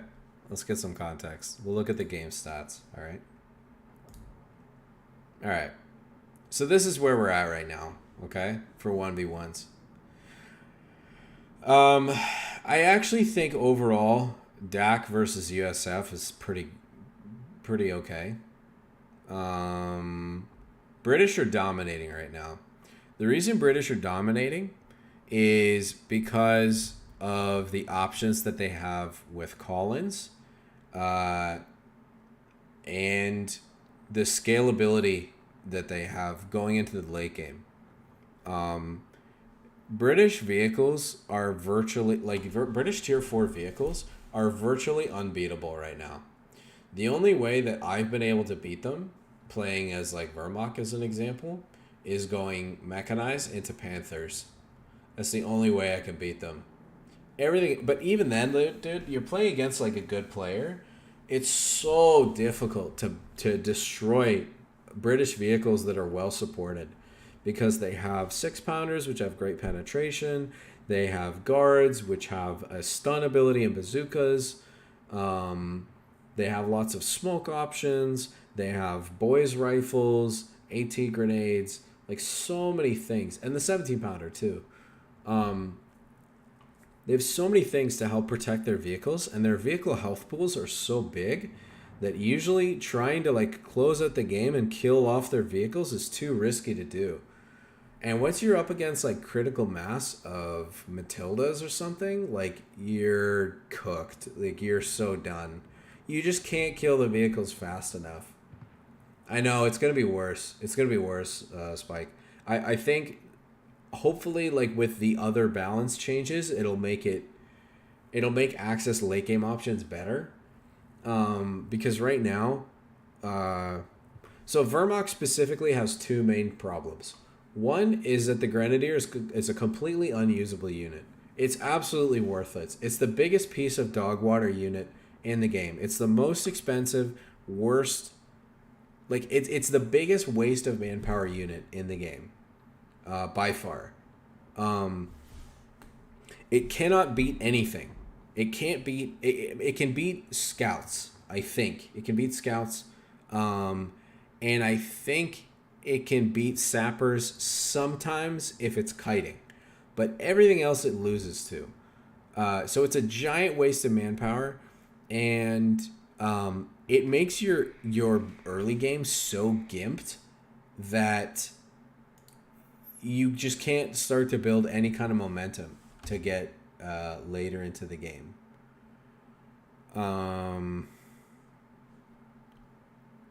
I feel like these guys are going to be like super low elo or something. Oh my gosh, bro. If 1K. Jeez. So that's kind of the main problem with War right now is that you can't play tier 0 because Grens are horrible. And machine guns are very easily countered by mortars. You can't play tier 3 because casemates feel horrible to use right now. They're very difficult, including the Stug. There aren't enough adaptive options within Tier 3. So what I mean by that is, in the early game, if you're playing Tier 2, your build order goes something like you go Jaegers, you go 2-2-1, then you go like Werble or Jaeger or Martyr, whatever you need. But as you're moving along, oh, why'd I build this grenadier? Should have just built an MG. Stupid. As you're moving along, like the 2-2-1, you can repurpose into an anti-tank unit because it has access to the Panzerbusch upgrade. The Jaeger is decent at dealing with infantry, but when you start to face light vehicles, you can transition them to build a Panzerschreck, right? So you have a lot more adaptive options to deal with opponents in the early game. T3, it's like whatever you build, you're hard committed to whatever function that unit originally performed. So PGs can't do anything against vehicles. They have no choices. The Stug can't really do anything against infantry. And because Grens are so bad, you don't really have any like snares or anything that you can complement the Stug with to keep it from getting slammed and driven in circles around by a light vehicle like a Chaffee or something. So that's kind of the main problem with, and also Tier 4, it comes way too late, and like the Panzer IV just gets clapped by everything that Allies has in Tier 4 right now. It just gets completely clapped, and the Brumbar is too hard to use. So you're in a kind of a weird spot in both cases. Yeah, I'm going to bed after this, Momo. I spent most of the stream here talking about the patch and reviewing somebody else's replay.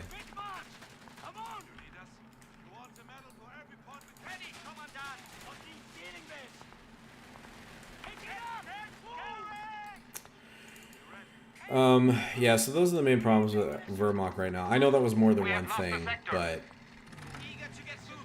I don't know, sue me. For Brits, their main problem is actually an advantage, which is their Tier 4 armor just being ridiculously difficult to do anything about because of the Axis options. Like, fundamentally right now, here, I'll tell you what the one problem is. Fundamentally, the problem is that Axis has no late game. That's the problem. Axis infantry options are worse than Allied options in the late game. And Axis armored is worse than Allied in the late game. So that's the problem. They have no late game. If you don't build enough of an advantage with like Tier 2, Tier 2.5, then you're cooked. You're done.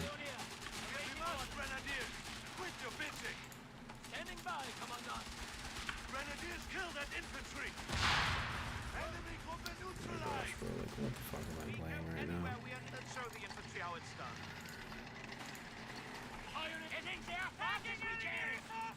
This guy's never touched the game in his life, dude.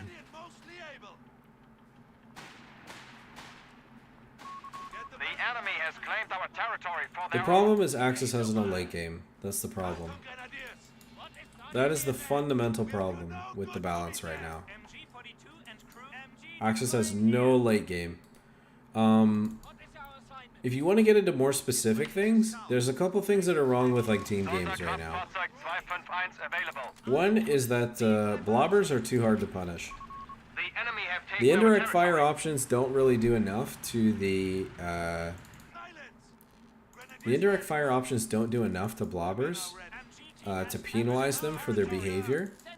Best case scenario, it's like you land a direct hit on a clump of infantry with an artillery unit, and it does like 90% HP on all the models and kills nothing. That sucks. That's bad. Like, that needs to be changed. Panzer Grenadier Squad standing by. Look at this guy, dude. He's playing.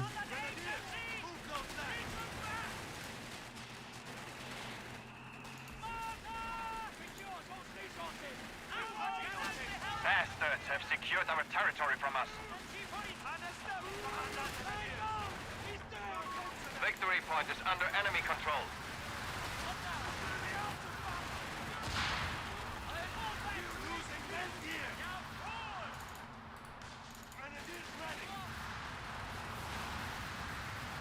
Damn, dude.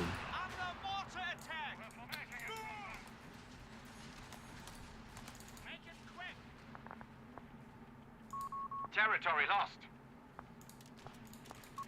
Pajum Pioneer are airborne. Alright, quick, let's build an 88. For the memes. Panzer Grenadier Company is being upgraded. Damn, which guy is that? Is that the British guy? No, it's the American guy. Brit.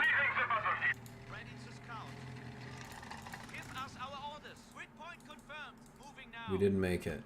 We didn't make it to 88. Your Pajum Pioneers are ready. Hopefully the patch is dope. I have high hopes. I'm actually very optimistic. Research completed. We can repair that. It's a little outdated, isn't it? I wonder how good this is. I'm gonna check this out on COHPE3 stats afterwards. Territory captured. That should keep you going a little longer.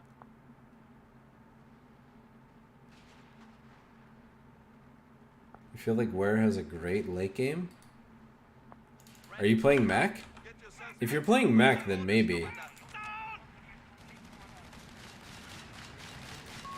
Alarm. Sector overrun. Commandant, Panzer post on that target. We're on the move. Follow me. Hell yeah. Alright, let's build us a freaking... Let's build us a freaking 88, dude. Flak 36. Emplacements are available for construction. As ordered. Weapon crew on standby. On your feet. It will soon be ours. Yeah, I should build it there. Damn it. What are your orders? So expensive. The enemy has 300 points remaining. March orders. Max, take the lead. You need us? Enemy concentration! Fire! Commandant, territory sector lost. Mortar is coming! Down! Open and starting construction. Standing, let's move! Back this thing up. He's dead!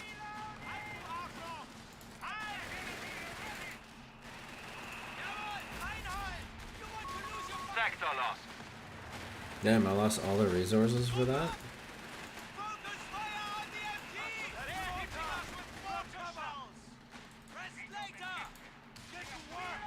Look at these mortars.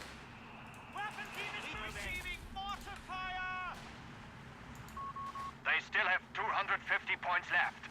We must persevere.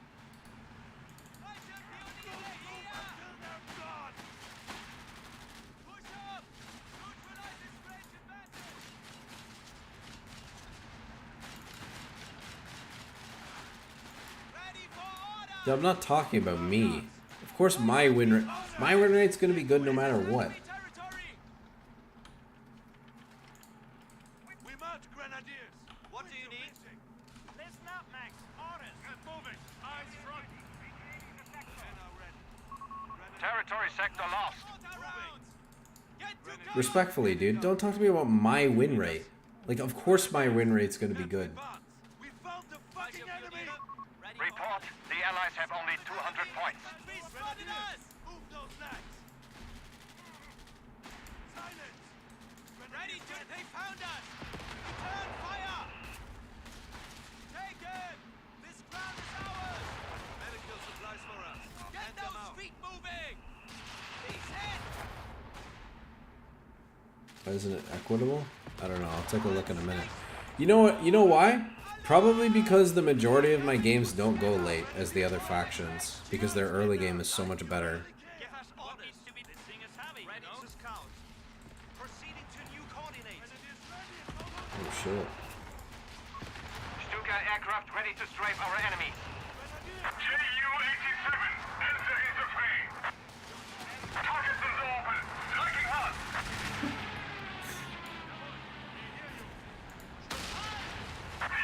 Enemy forces have claimed our territory.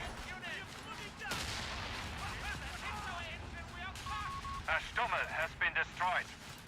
He killed me with the mortars. That's funny. Fallschirmjäger infantry are ready to be paradropped. Loud and clear.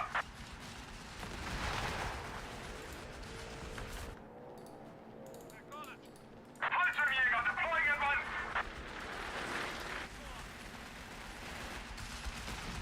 Yeah, COHPE3 late game is 20 minutes, dude. You can have any unit in the tech tree or column out by 20 minutes. We are to be commanded. The enemy is down to 100 points.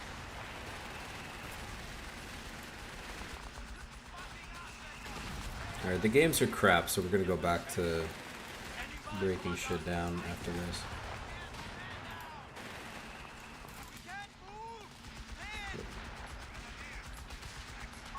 Victory point lost. We can escape. We can escape. Legendary. Fallschirmjäger evaded off zone.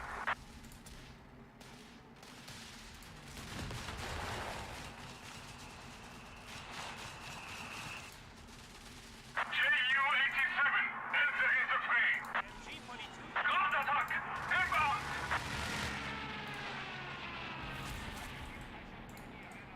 Fuel depleted, healing out. Weapon team ready. MG. Sector now under enemy control. Give us our orders. Initiate capture.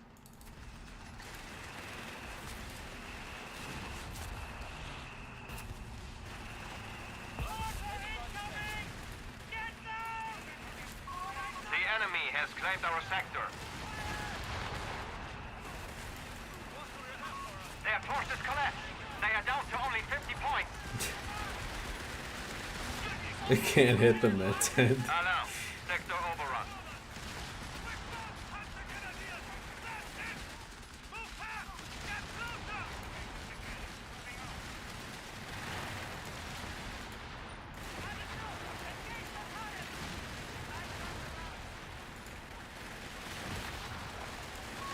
We have lost the sector. 25 points remain. The enemy cannot withstand us. I'll take the lead. Immediately. Where's your fucking stamina? Get moving. We're in shed. Taking fire. We must take their last 10 points. Move, Panzergrenadier. We're in shed. Taking fire. Victory for our forces. We fought bravely.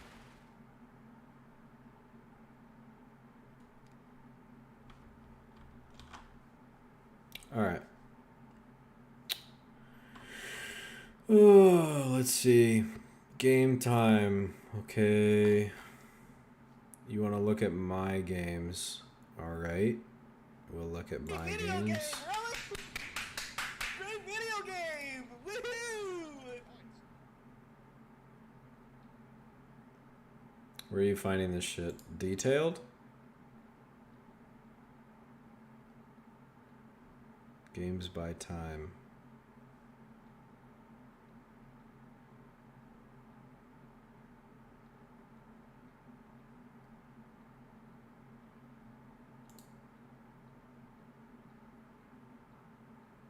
What?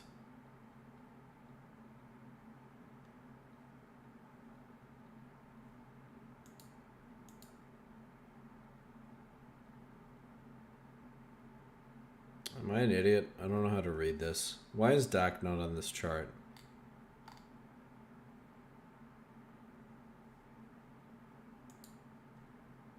Oh, is it because I'm looking at Warmock? Yeah, it is. That's why.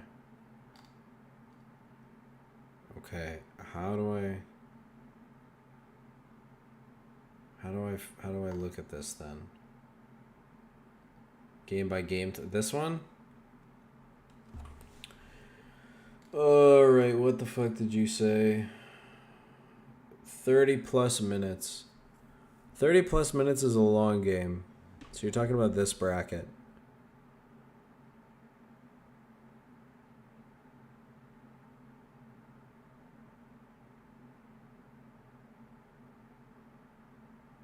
Was that 2 to 7? And 40 to 50? This is USF on this patch.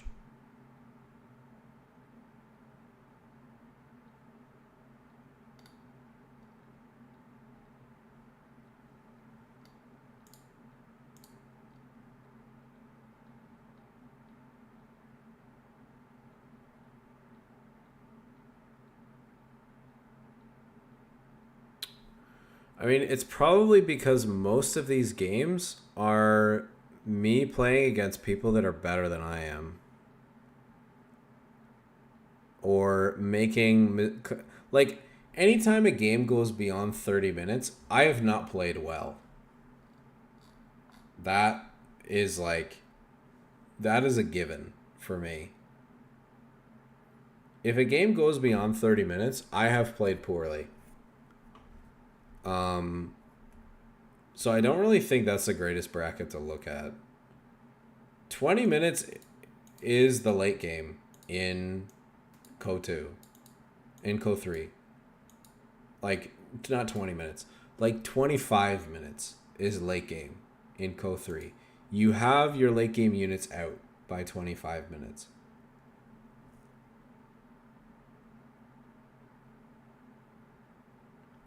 Go look at my overall win rates, dude.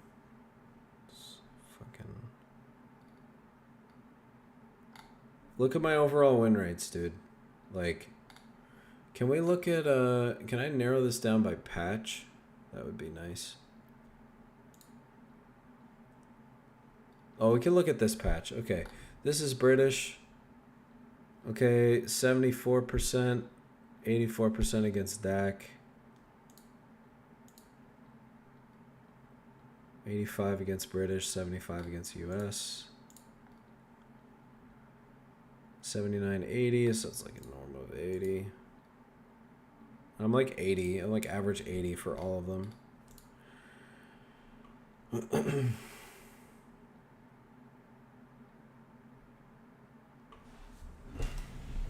Axis late game is dog shit, dude.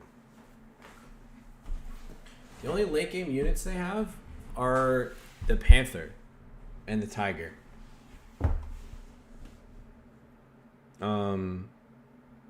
It's also map dependent, but like the point I was trying to get at is that their vehicles get outscaled, their tanks get outscaled. The games that are being won in 1v1s are probably like vast majority coastals, which already has a ridiculously strong late game because of manpower economy and coastal wall. So that's not even really a point of discussion because you're talking about people that are primarily playing coastals with tier 2.5. But I'm talking about late game units, dude. You can say yeah, they have a late game, but what you're doing is you're crutching super heavily on tier 2.5 units and coastals. There's so many people that are crutching on like DDL right now, to a ridiculous degree. If you take that away, dude, if we could segment this up by battle group choice, oh my god, can you imagine how disastrous this would look for anything besides coastal?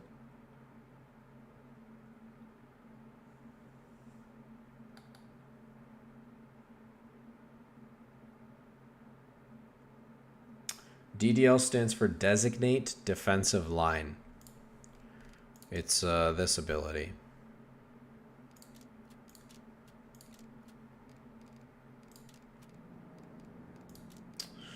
This ability, you can put it on a strategic point or a resource point, and it gives you an AoE, big giant AoE defensive buff and out of combat heal for your units.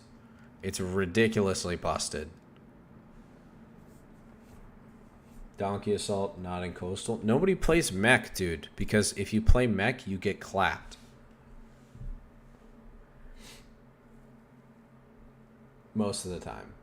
Most of the time.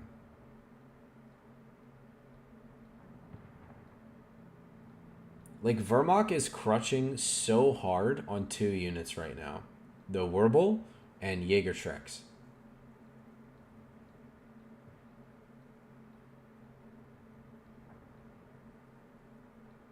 Bunker spam? Yeah, that wouldn't surprise me that much.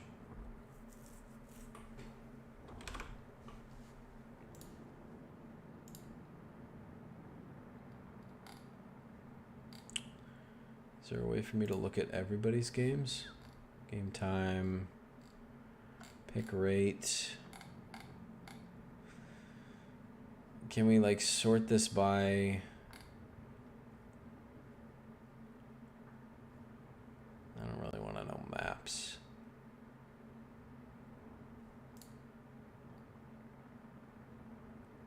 If we could see the same stats, but for everybody, that would be more meaningful.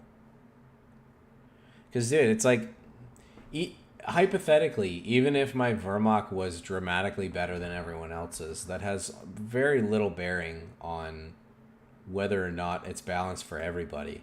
It's clearly not, dude. Like, and just because I have a good win rate on Vermok doesn't mean that it's balanced. Does the Panzer IV need a buff? No, it doesn't. I think probably what needs to happen is Tier 4 needs to be reduced in cost. And then some of their late game options need to be better. So, like, the Tiger needs to be better. The Panther needs to be better. The Panzer IV could probably use a reload rate buff or something. Here's the problem, dude. You want to know what the problem is? There's 2 problems. The Grant and the Hellcat. Okay? The Grant can demolish a Panzer IV toe-to-toe. Like, it will win 100% of the time with like 50% health. Every single time. It's not even close. Okay? The Hellcat has higher range and higher speed than the Panzer IV. Yeah, that's what I'm getting at, Momo. It's the other things that are killing it. The Hellcat has higher range and higher speed than the Panzer IV and acceleration, so more maneuverable, and it has access to the turbo speed buff for free at Vet 0.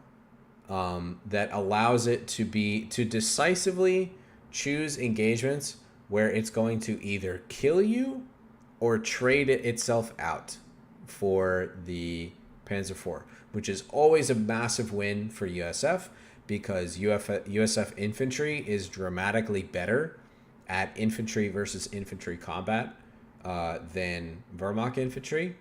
And so anytime you're trading a vehicle out for USF against Wehrmacht, it's a win. And so because Hellcats can do that, you can never build a Panzer IV. Never. Because the risk of losing it is too high.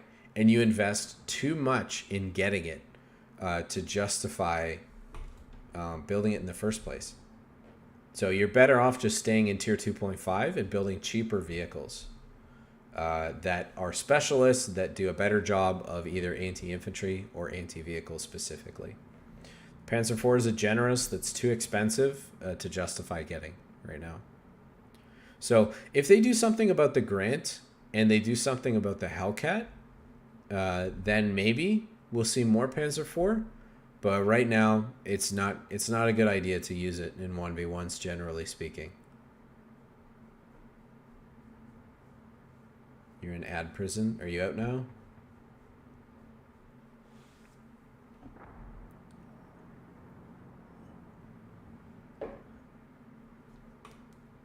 off the AT gun? What are they going to do to the AT gun?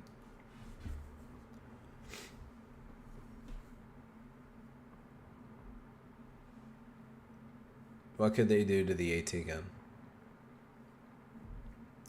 Because anything you do to the AT gun, you have to do to all the AT guns. So. Penetration is not that much of a problem. It is, but it's also, like, not. It misses a lot.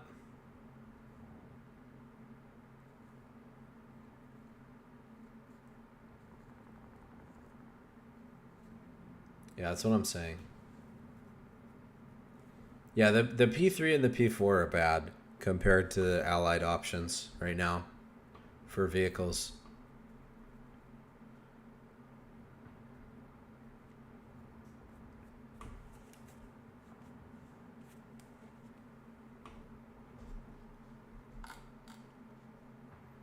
I think this says enough. Like, I really don't think that you can cherry pick the data from my profile and say that Vermont late game is good.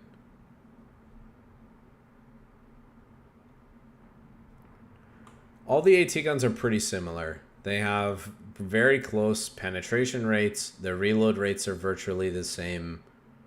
So yeah. They all cost the same too. Pretty sure. Because it's not ELO filtered? It's never been ELO filtered, dude. But look at this. Look, dude. Like, the disparity has never been like this.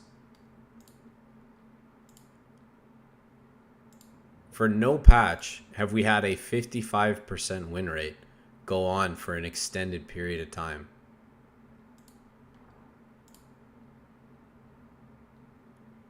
This was the DAC patch. It lasted a month. Okay?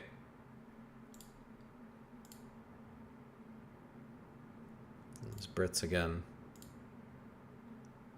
55, 54. Should check out team games.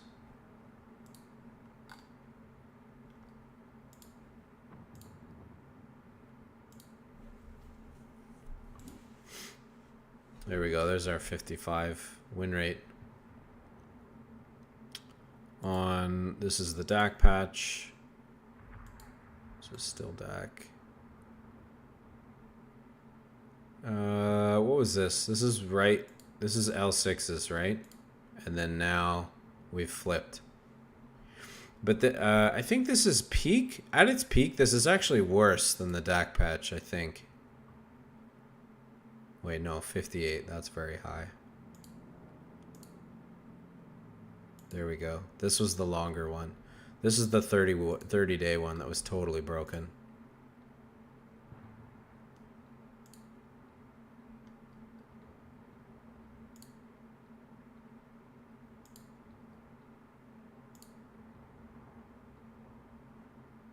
That's pretty even.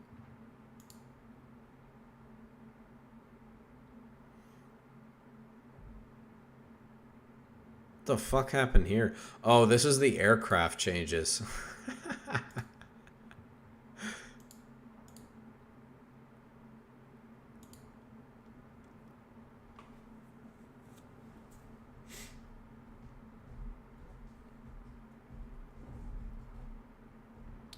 L6 is allowed to rape everything for months. They really didn't, though. L6s were super annoying, but it wasn't, like, unplayable. The ASC shit was unplayable. There was literally no counters. You could build nothing to deal with it.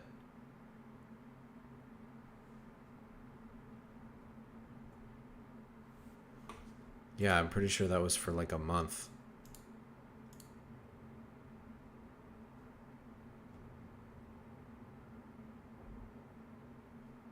For a month.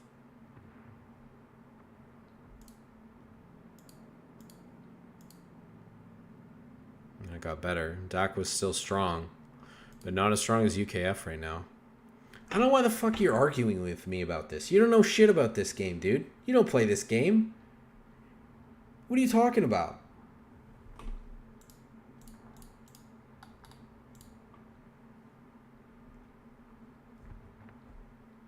I didn't skip it. It's right here. 58, 53. What is this? This is 55. This was... Okay, 54. Right. So in here, they gave us Grant buffs. The Grant was made better. The attack round bug was more egregious. What else changed in this patch? Humber was made better. I feel like the USF meta also really materialized around tier 4, like tier 4 and like armor and stuff.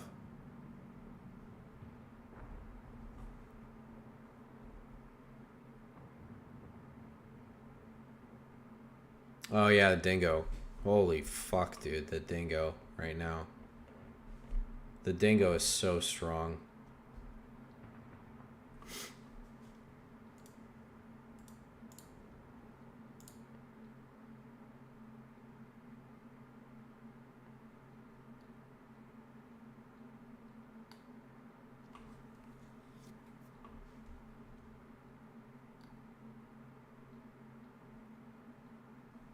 It's okay. Dax for Dak against mixed team is holding it down.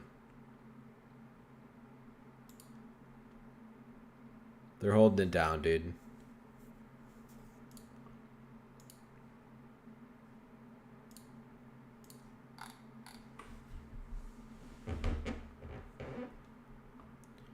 Yeah, but actually though, I don't know why you're arguing with me about this. Like,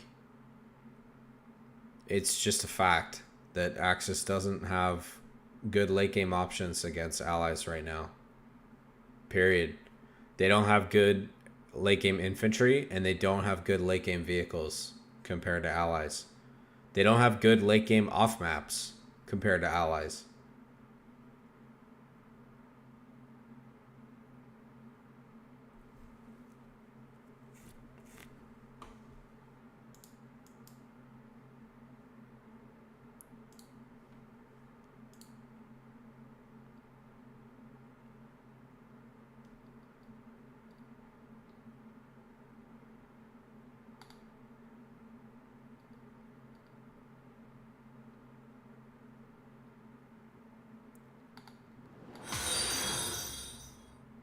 Thanks for the follow, Sly Spike.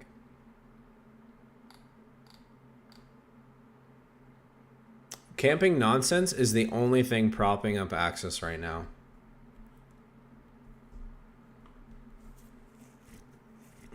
I already reached out to the balance team and said, like, we need to do something with the on-map artillery units. The on-map artillery units don't do enough to deter this like campy bullshit behavior. And also, the camping nonsense is entirely propagated by Coastal Battle Group. If you take that away, like, it doesn't exist. You can't do it. You can't execute it.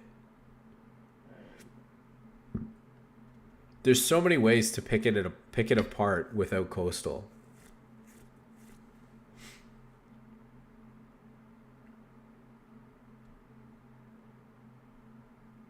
GDL is the biggest offender, yeah. But the bunkers are a pain in the ass too. The bunker spam. The 60 range AT bunkers that cost 110 manpower to put down. And 45 munitions or whatever it is.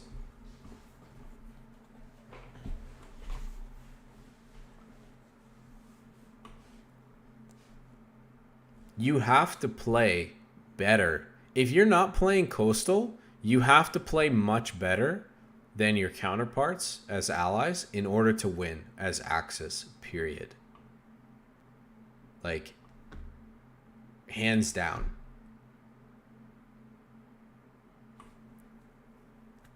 Yeah, SimCity was horrible. I'm so glad they didn't bring the mortar pit into this game. That was what made it so bad. was like mortar pits could just counterfire on every piece of indirect fire that you had. And you couldn't kill them. You could not kill the emplacements. It was horrible. It just takes a bit of time and practice, Goodvin, but honestly, it's not fucking worth it, man. It's so boring to play after a while.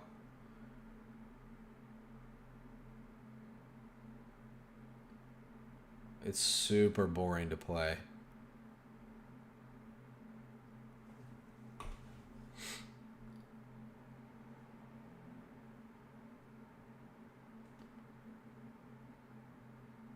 Look at these two guys clapping my cheeks.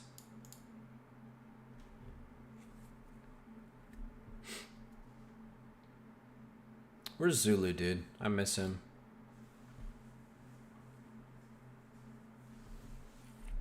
Rolling these coastals 5 games? Yeah, I respect that. There's a lot of coastals in the tournament. The good one and the long one. I've been having a lot of fun with mech. I don't know if you've seen any of my mech games, Steven, but I've been playing T3 into mech and having a lot of fun. It's definitely not as good as tier 2, but I've been enjoying it, so at least the games that I got in, that is.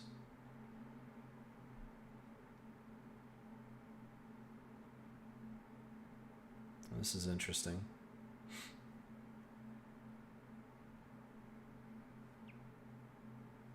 I can see all the pride posts.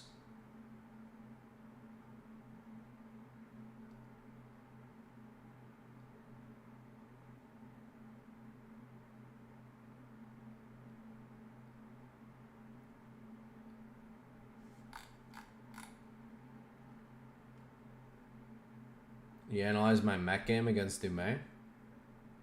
Nice, dude. Share it with me when it's done. I'd love to see it.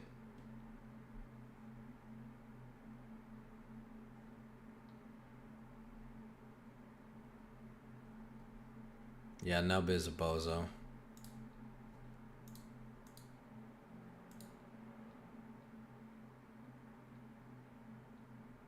I think I was playing Airborne.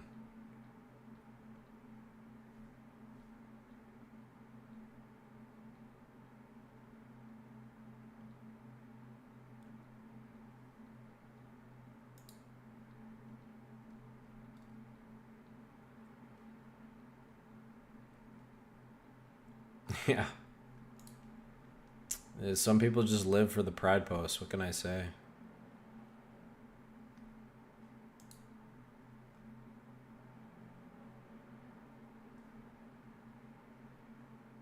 I think I lost this one. Oh yeah, this is the one where he fucking spammed Collins. And I went Tiger, and then he shot my teller mine underneath me. That pissed me off. Pandemic? I don't even know who that is.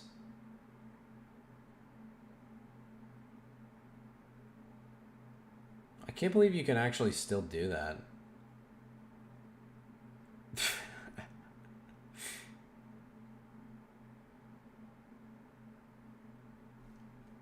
Oh, brother. Oh, yeah. Dude. Here, let's pull up our sheet.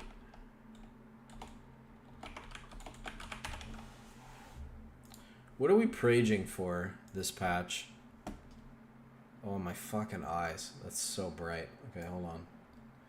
Ugh, I need dark mode for sheets. Is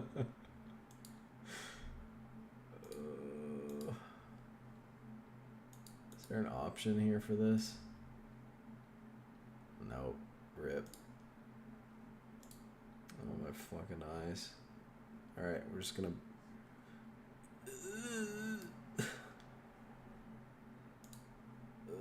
It's so bright. Alright, here's what we need, dude. We need Grenadiers to be better. I take this back. I don't want them to have 80 health. I want them to be more combat effective. Please. Combat power. Yeah, do this. This needs to happen. Okay? This we got. That's great. Fuck snipers. They can eat my ass. This actually happened, but I still think it needs like a performance nerf. This needs to happen still. They buffed them a little bit, but I still think they need to buff them more. This needs something. I don't know. It's kind of shit. It's not an attractive option. Combat power. This is... I don't really think this should do as much damage against vehicles, but whatever. This was what I asked for, but they nerfed its damage against emplacements instead. Okay. Bedge. Alright, see ya. I'm also going to Bedge. Panther needs something. Tiger needs more armor. Really bad. I take that back. Sherman needs something. It could be cheaper. That'd be nice. I'm gonna do this tomorrow. This is murdering my eyes. Oh, okay.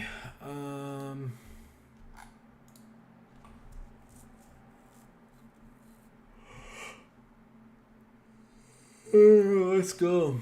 100% win rate on Semois. Wait a minute. Oh, it's just as Vermont. Nope, never mind. We're 100% win rate on Semois. GG easy. Let's freaking go.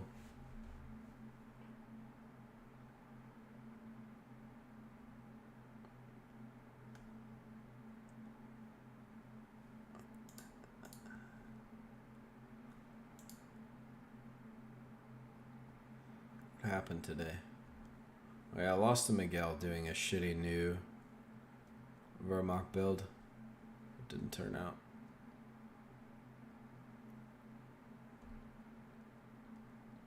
I lost to this retard.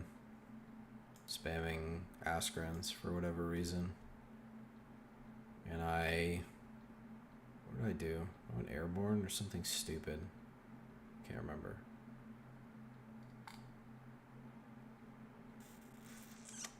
I lost to Treads yesterday too. He did an interesting new build. It was tier 3 into Werble Call-in spam. Interesting. Anyway, I'm cooked. Anybody gonna stream? Steven, you gonna stream, dude?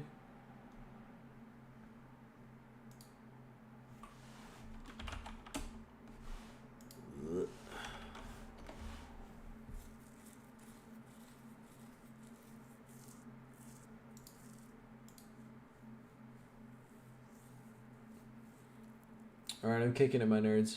Everybody have a good night. Catch you guys on the flippity flip.